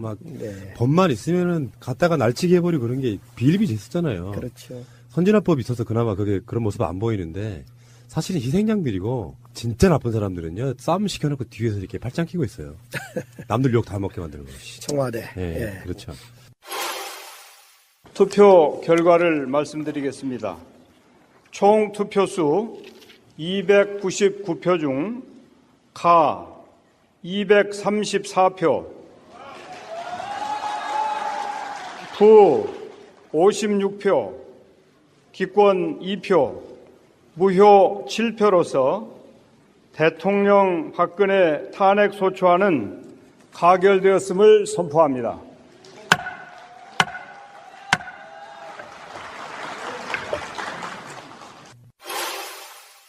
박근혜 탄핵 가결이 1주년 됐거든요. 네, 예. 안타깝게도 그 자리는 없으셨어요. 저는 독일 베를린에서 살고 있었는데 베를린에서 브란덴부르크 문 앞에서 저도 2주에 한 번씩 촛불 들고 행진하고 그랬습니다. 1년 전 오늘 박근혜 탄핵이 가결된 소식을 듣고 정말 많은 사람들이 길거리로 뛰쳐나왔던 기억이 나고요. 네. 그런 질문 한번 드려볼게요. 우리 방송을 이제 박근혜 기간 동안 거의 했기 때문에 네. 말도 안 되는 국정농단 비슷한 사건들이 그 이전에도 막 터져요. 그러면 우리는 이제 농반 진반으로 박근혜 저 탄핵시켜야 된다고. 근데 실제로 그 말을 강하게 주장한 사람은 별로 없었던 게 과연 될까? 정치권 움직이기도 힘들고 사실 그 당시에 더불어민주당은 어떻게 했네, 국민의당은 어떻게 했네 여러 가지 이야기가 나오지만 정치권에 그 당시에 계셨다고 그러면 실제로 박근혜 탄핵을 될 거라고 생각할 수 있었어요. 왜 이제 재도전하는 과정에서 그 지원되는 자금 그리고 여성 기업들 중심으로 그 특별 자금들이 또 있거든요. 그런 이제 창업, 프랜차이즈, 뭐 기업 진흥, 중소기업 진흥 이런 명목으로 그 조성되는 돈들이 상당히 그 큰 목돈들이 많이 있는데 거기에서 끊임없이 제기되는 자본들이에요. 정말 지저분한. 그래서 저는 국회 그만두고 나와서 개인적으로 사업을 하면서도 이 정부 자금을 절대로 쓰지 않겠다는 다짐을 하면서 지금 진행을 하고 있거든요. 너무 지저분한 제안들이 너무 많았어요. 그러니까 제가 페이퍼 작업을 잘 하기 때문에 페이퍼 작업을 해주면 사업계획서를 쓰는 거죠. 사업계획서를 써주면 대가를 어느 정도 주겠다. 그 대가가 어디서 나오느냐. 컨설팅 회사가 중소기업청이나 공단 직원들하고 결탁해가지고 컨설팅 회사를 지정을 하는 거죠. 공단이나 청이 지정하는 공인 컨설팅 회사를 지정받아서 그 회사가 중개를 해주는 거예요. 페이퍼워크를. 네. 그래서 일종의 커미션 떼먹기처럼 그런 식으로 제안이 들어오는 거죠. 그래서 일종의 그 커미션에 얼마를 주겠다. 그러면은 그 돈은 결국에는 창업가가 가져가야 될 몫에서 떼는 거잖아요. 그래서 그게 너무 싫은 거예요. 이런 게 차라리 낫죠. 이렇게 향응을 제공받아서 어떤 과정을 통해서 적발이 됐는지 모르겠지만 그 지금 현장에도 많이 일어나는 일이거든요. 그리고 직원들이 노골적으로 요구한다는 소문들도 있어요. 요구를 받는 사업자 입장에서는 그래도 필요하니까. 그래도 그게 아쉬우니까 어쩔 수 없이 견디는 거죠. 사업자 입장에서는 대출이 필요한 게 내가 개인 자금을 유용하기 위한 것이 아니라 사업에 필요하기 때문에 대출을 신청을 하는데 사실은 그게 의리의 입장이에요. 그래서 아쉬운 사람인 거예요. 저도 이제 예전에 그런 대출 경험을 많이 겪어봤는데 대출을 신청할 때 뭐가 들어오냐면 지금은 그걸 법적으로 금지하고 있는데 꺾기가 들어와요. 꺾기는 뭐예요? 은행에서 꺾기가 들어오는 경우가 뭐냐면 내가 대출을 5억을 신청을 했어요. 그럼 5억을 신청했으면 은행에서 꺾기라는 게 뭐냐면 이 부분이 좀 아쉬운데 해줄 테니까 1억짜리 적금 하나 부으세요. 이렇게 얘기가 들어와요. 그럼 그거 안 들어갈 수가 없어요. 대출 받아야 되니까. 또 내지는 가족들, 직원들 명의로 뭐 은행에서 이번에 신규 이게 뭐 상품이 나왔는데 이거 다 들어주세요. 이렇게 들어와요. 심심치 않게 그런 경우가 많습니다. 사실 그래서 기업하는 분들이 대출을 받을 때 거의 아마 제가 보기에는 아직도 거의 이런 관행 때문에 피눈물 흘리는 경우가 많이 있다고 봐요. 특히나 이 페이퍼들, 서류들을 사업계획서나 사업보고서를 보고 평가해서 심사위원회를 통해서 평가한 결과를 바탕으로 대출 집행을 하거든요. 그러니까 그 평가하는 과정에서 일어나는 정말 아쉬운, 을 중에서도 정말 갑을병 정도라도 들 수밖에 없는 사업자들의 입장이 그런 약한 입장을 악용하는 경우들이 아직까지 있다고 많은 사람들이 슬픈 이야기를 합니다. 그래서 그것 때문에 사기당해가지고 커미션을 선지급하면 대출을 해준다는 그 말 때문에 보이스피싱하고 똑같잖아요. 그렇네. 예, 그런데 담당 공무원이 그런 뉘앙스를 풍기면 노골적으로 계좌번호 주면서 여기에 얼마 입금하면은 대출 해드릴게요. 이렇게는 안 하거든요. 근데 그런 전체적인 분위기를 풍긴단 말이에요. 중간에 껴있는 컨설팅 회사가 그런 분위기를 이야기를 해주고 담당자가 고압적인 자세로 나오고 그러면 입금되면 해결되나 보다. 그럼 입금돼도 안 되잖아요. 그래도 어떻게 고발을 못 해요. 왜냐면 다음 해에도 사업을 해야 되는데. 그런 슬픈 이야기들이 많이 있었는데 이렇게 이번에 적발돼서 이런 선고가 있었는데 홍정학 장관이 이런 현장에서 일어나는 이런 부조리에 대해서 조금 더 살펴보고 정말 이거 철저하게 근절을 시켜야 되거든요. 그렇네요. 이거 한 건뿐이 아닐 거기 때문에 특히나 이런 담당하시는 분들 이번 실형 받는 거를 보고 좀 움찔하셨으면 좋겠어요. 그리고 이게 좀 약간은 옆으로 새는 이야기일 수도 있는데 정부가 창업이든 중소기업이든 지원하기 위해서 자금을 지원하면서 정말 고쳐야 되는 것 중에 하나가 기본적인 태도예요, 태도. 이 정부 자금을 쓰려고 신청하는 사람을 일단 도둑으로 보고 모든 프로세스를 설계해놔요. 그래서 100만 원을 쓰면 200만 원어치 페이퍼워크를 해야 돼요. 그래서 제가 정부 자금을 안 쓰는 이유가 그거거든요.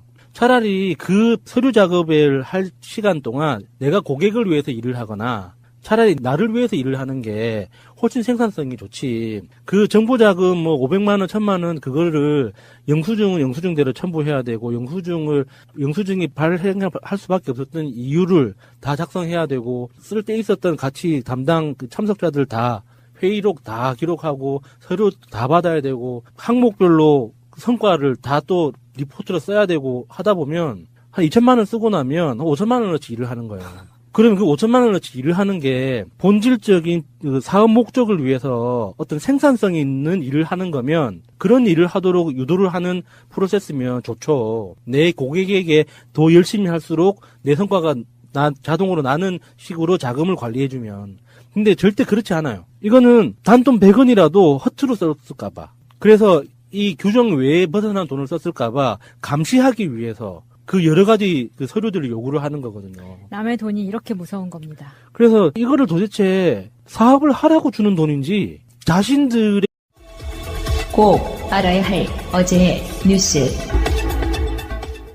국민의당은 긴급하게 의원총회를 열었습니다. 이 자리에서 당은 진상규명 작업을 한다는 방침을 세웠지만 그에 앞서 일단 박주원 최고위원의 당원권부터 정지시켰습니다. 비상징계 사유에 해당될 수 있기 때문에 당대표가 일단 긴급 징계 조치를 취하기로 했습니다. 앞서 박 최고위원과 관련해선 2008년 불거진 김대중 전 대통령 100억 원 비자금 의혹이 제보자란 의혹이 제기됐습니다. 당시 여당이었던 한나라당의 주성영 의원이 해당 의혹을 제기했는데 그 제보자로 당시 여권 주변에 머물고 있었던 전직 검찰 수사관 박주원 최고위원이 지목된 겁니다. 박 최고위원은 관련 의혹을 모두 부인했습니다. 관련 보도에 난 행위 중 어떤 것도 한 게 없다는 겁니다. 하지만 주성영 전 의원은 JTBC와의 통화에서 박 최고위원으로부터 관련 자료를 받은 게 맞다는 취지로 말했습니다. 주 전 의원이 제기한 비자금 의혹은 4개월여 만에 검찰 조사를 통해 사실 무근으로 밝혀졌고 주 전 의원은 명예훼손 혐의로 벌금형을 받은 바 있습니다. 김태효 전 청와대 대외전략기획관에게 적용된 주요 혐의는 직권남용과 정치 관여입니다. 2012년 7월 퇴직하기 전까지 국군 사이버사령부의 정치적인 댓글 활동을 지시한 혐의를 받고 있습니다. 또 사이버사 군무원 채용 과정에서 우리 편을 뽑으라는 것이 VIP 강조사항이라면서 불법 사찰을 지시한 혐의도 받고 있습니다. 검찰은 또 김 전 기획관이 청와대 재직 시절 기밀 문건을 빼돌린 정황을 포착하고 군사기밀 유출 및 대통령 기록물법 위반 혐의를 영장 범죄 사실에 포함한 것으로 파악됐습니다. 지난달 28일 김 전 기획관의 대학 사무실 압수수색 당시 국방부와 국정원, 기무사가 청와대에 보고한 문건이 일부 적발됐기 때문입니다.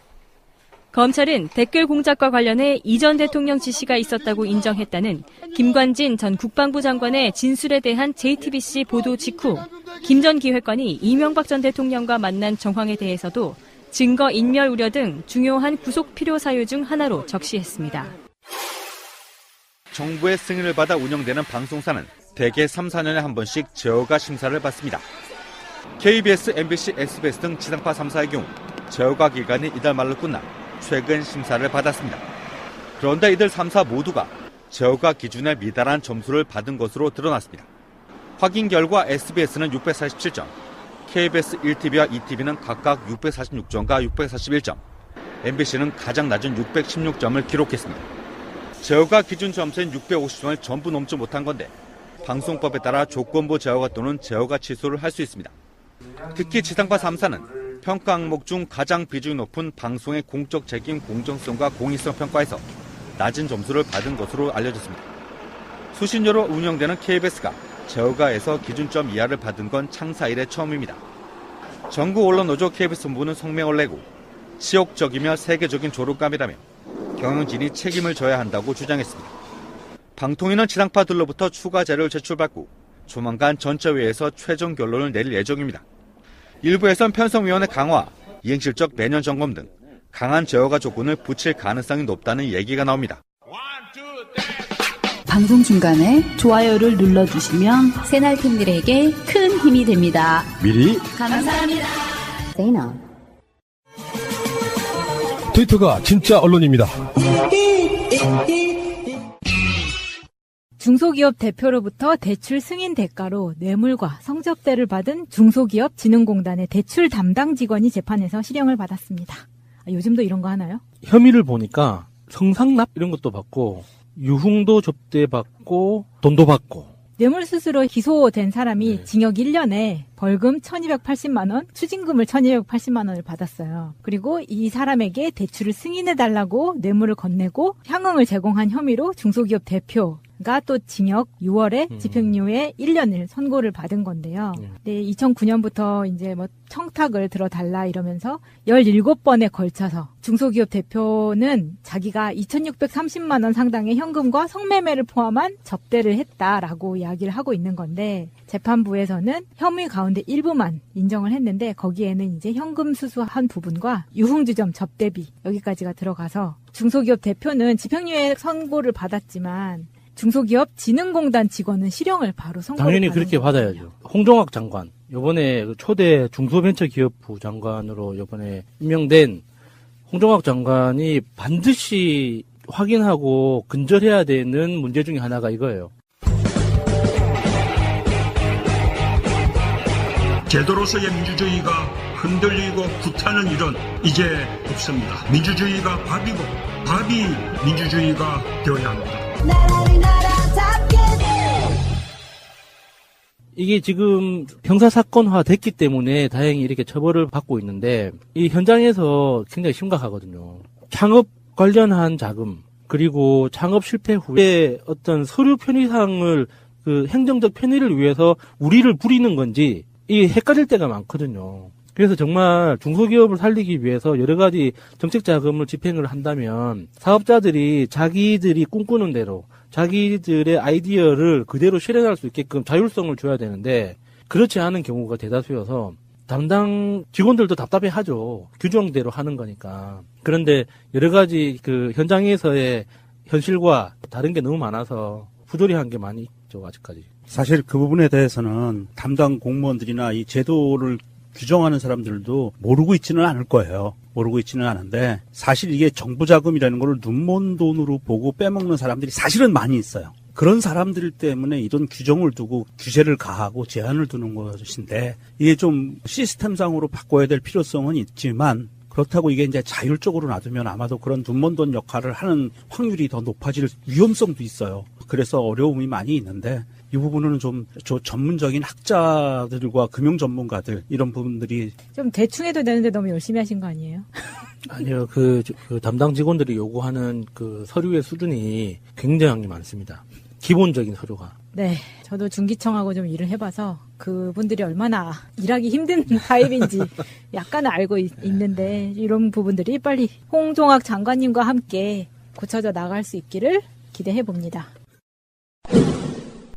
자, 예산안이 통과가 됐다고 해서 모든 문제가 해결되는 건 아니죠.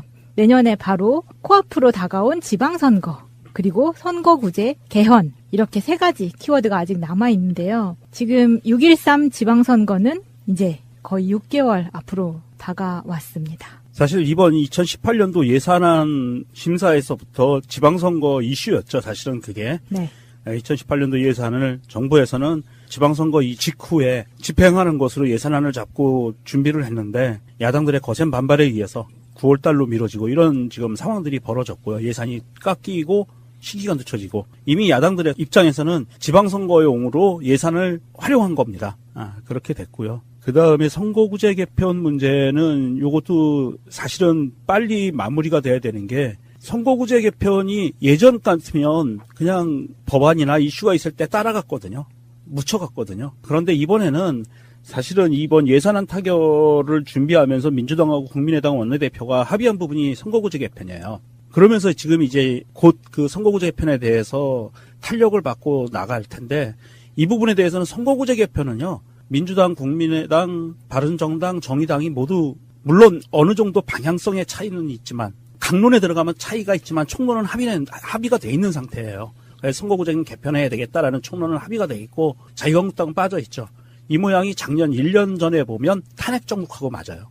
그래서 탄핵 정국 때 그때 자유한국당은 빠져 있고 나머지 정당이 연합해서 탄핵 연대를 했거든요. 지금 그것과 비슷한 상황으로 가고 있는 거고 이렇게 되면 아마 선거구제 개편은 강론에서 좀 부딪힘이 있을지 모르지만 어떤 시기도는 아마 개편이 될 것 같다라는 그런 생각을 하게 되네요. 선거구제가 개편되더라도 가장 원론적인 거 있죠.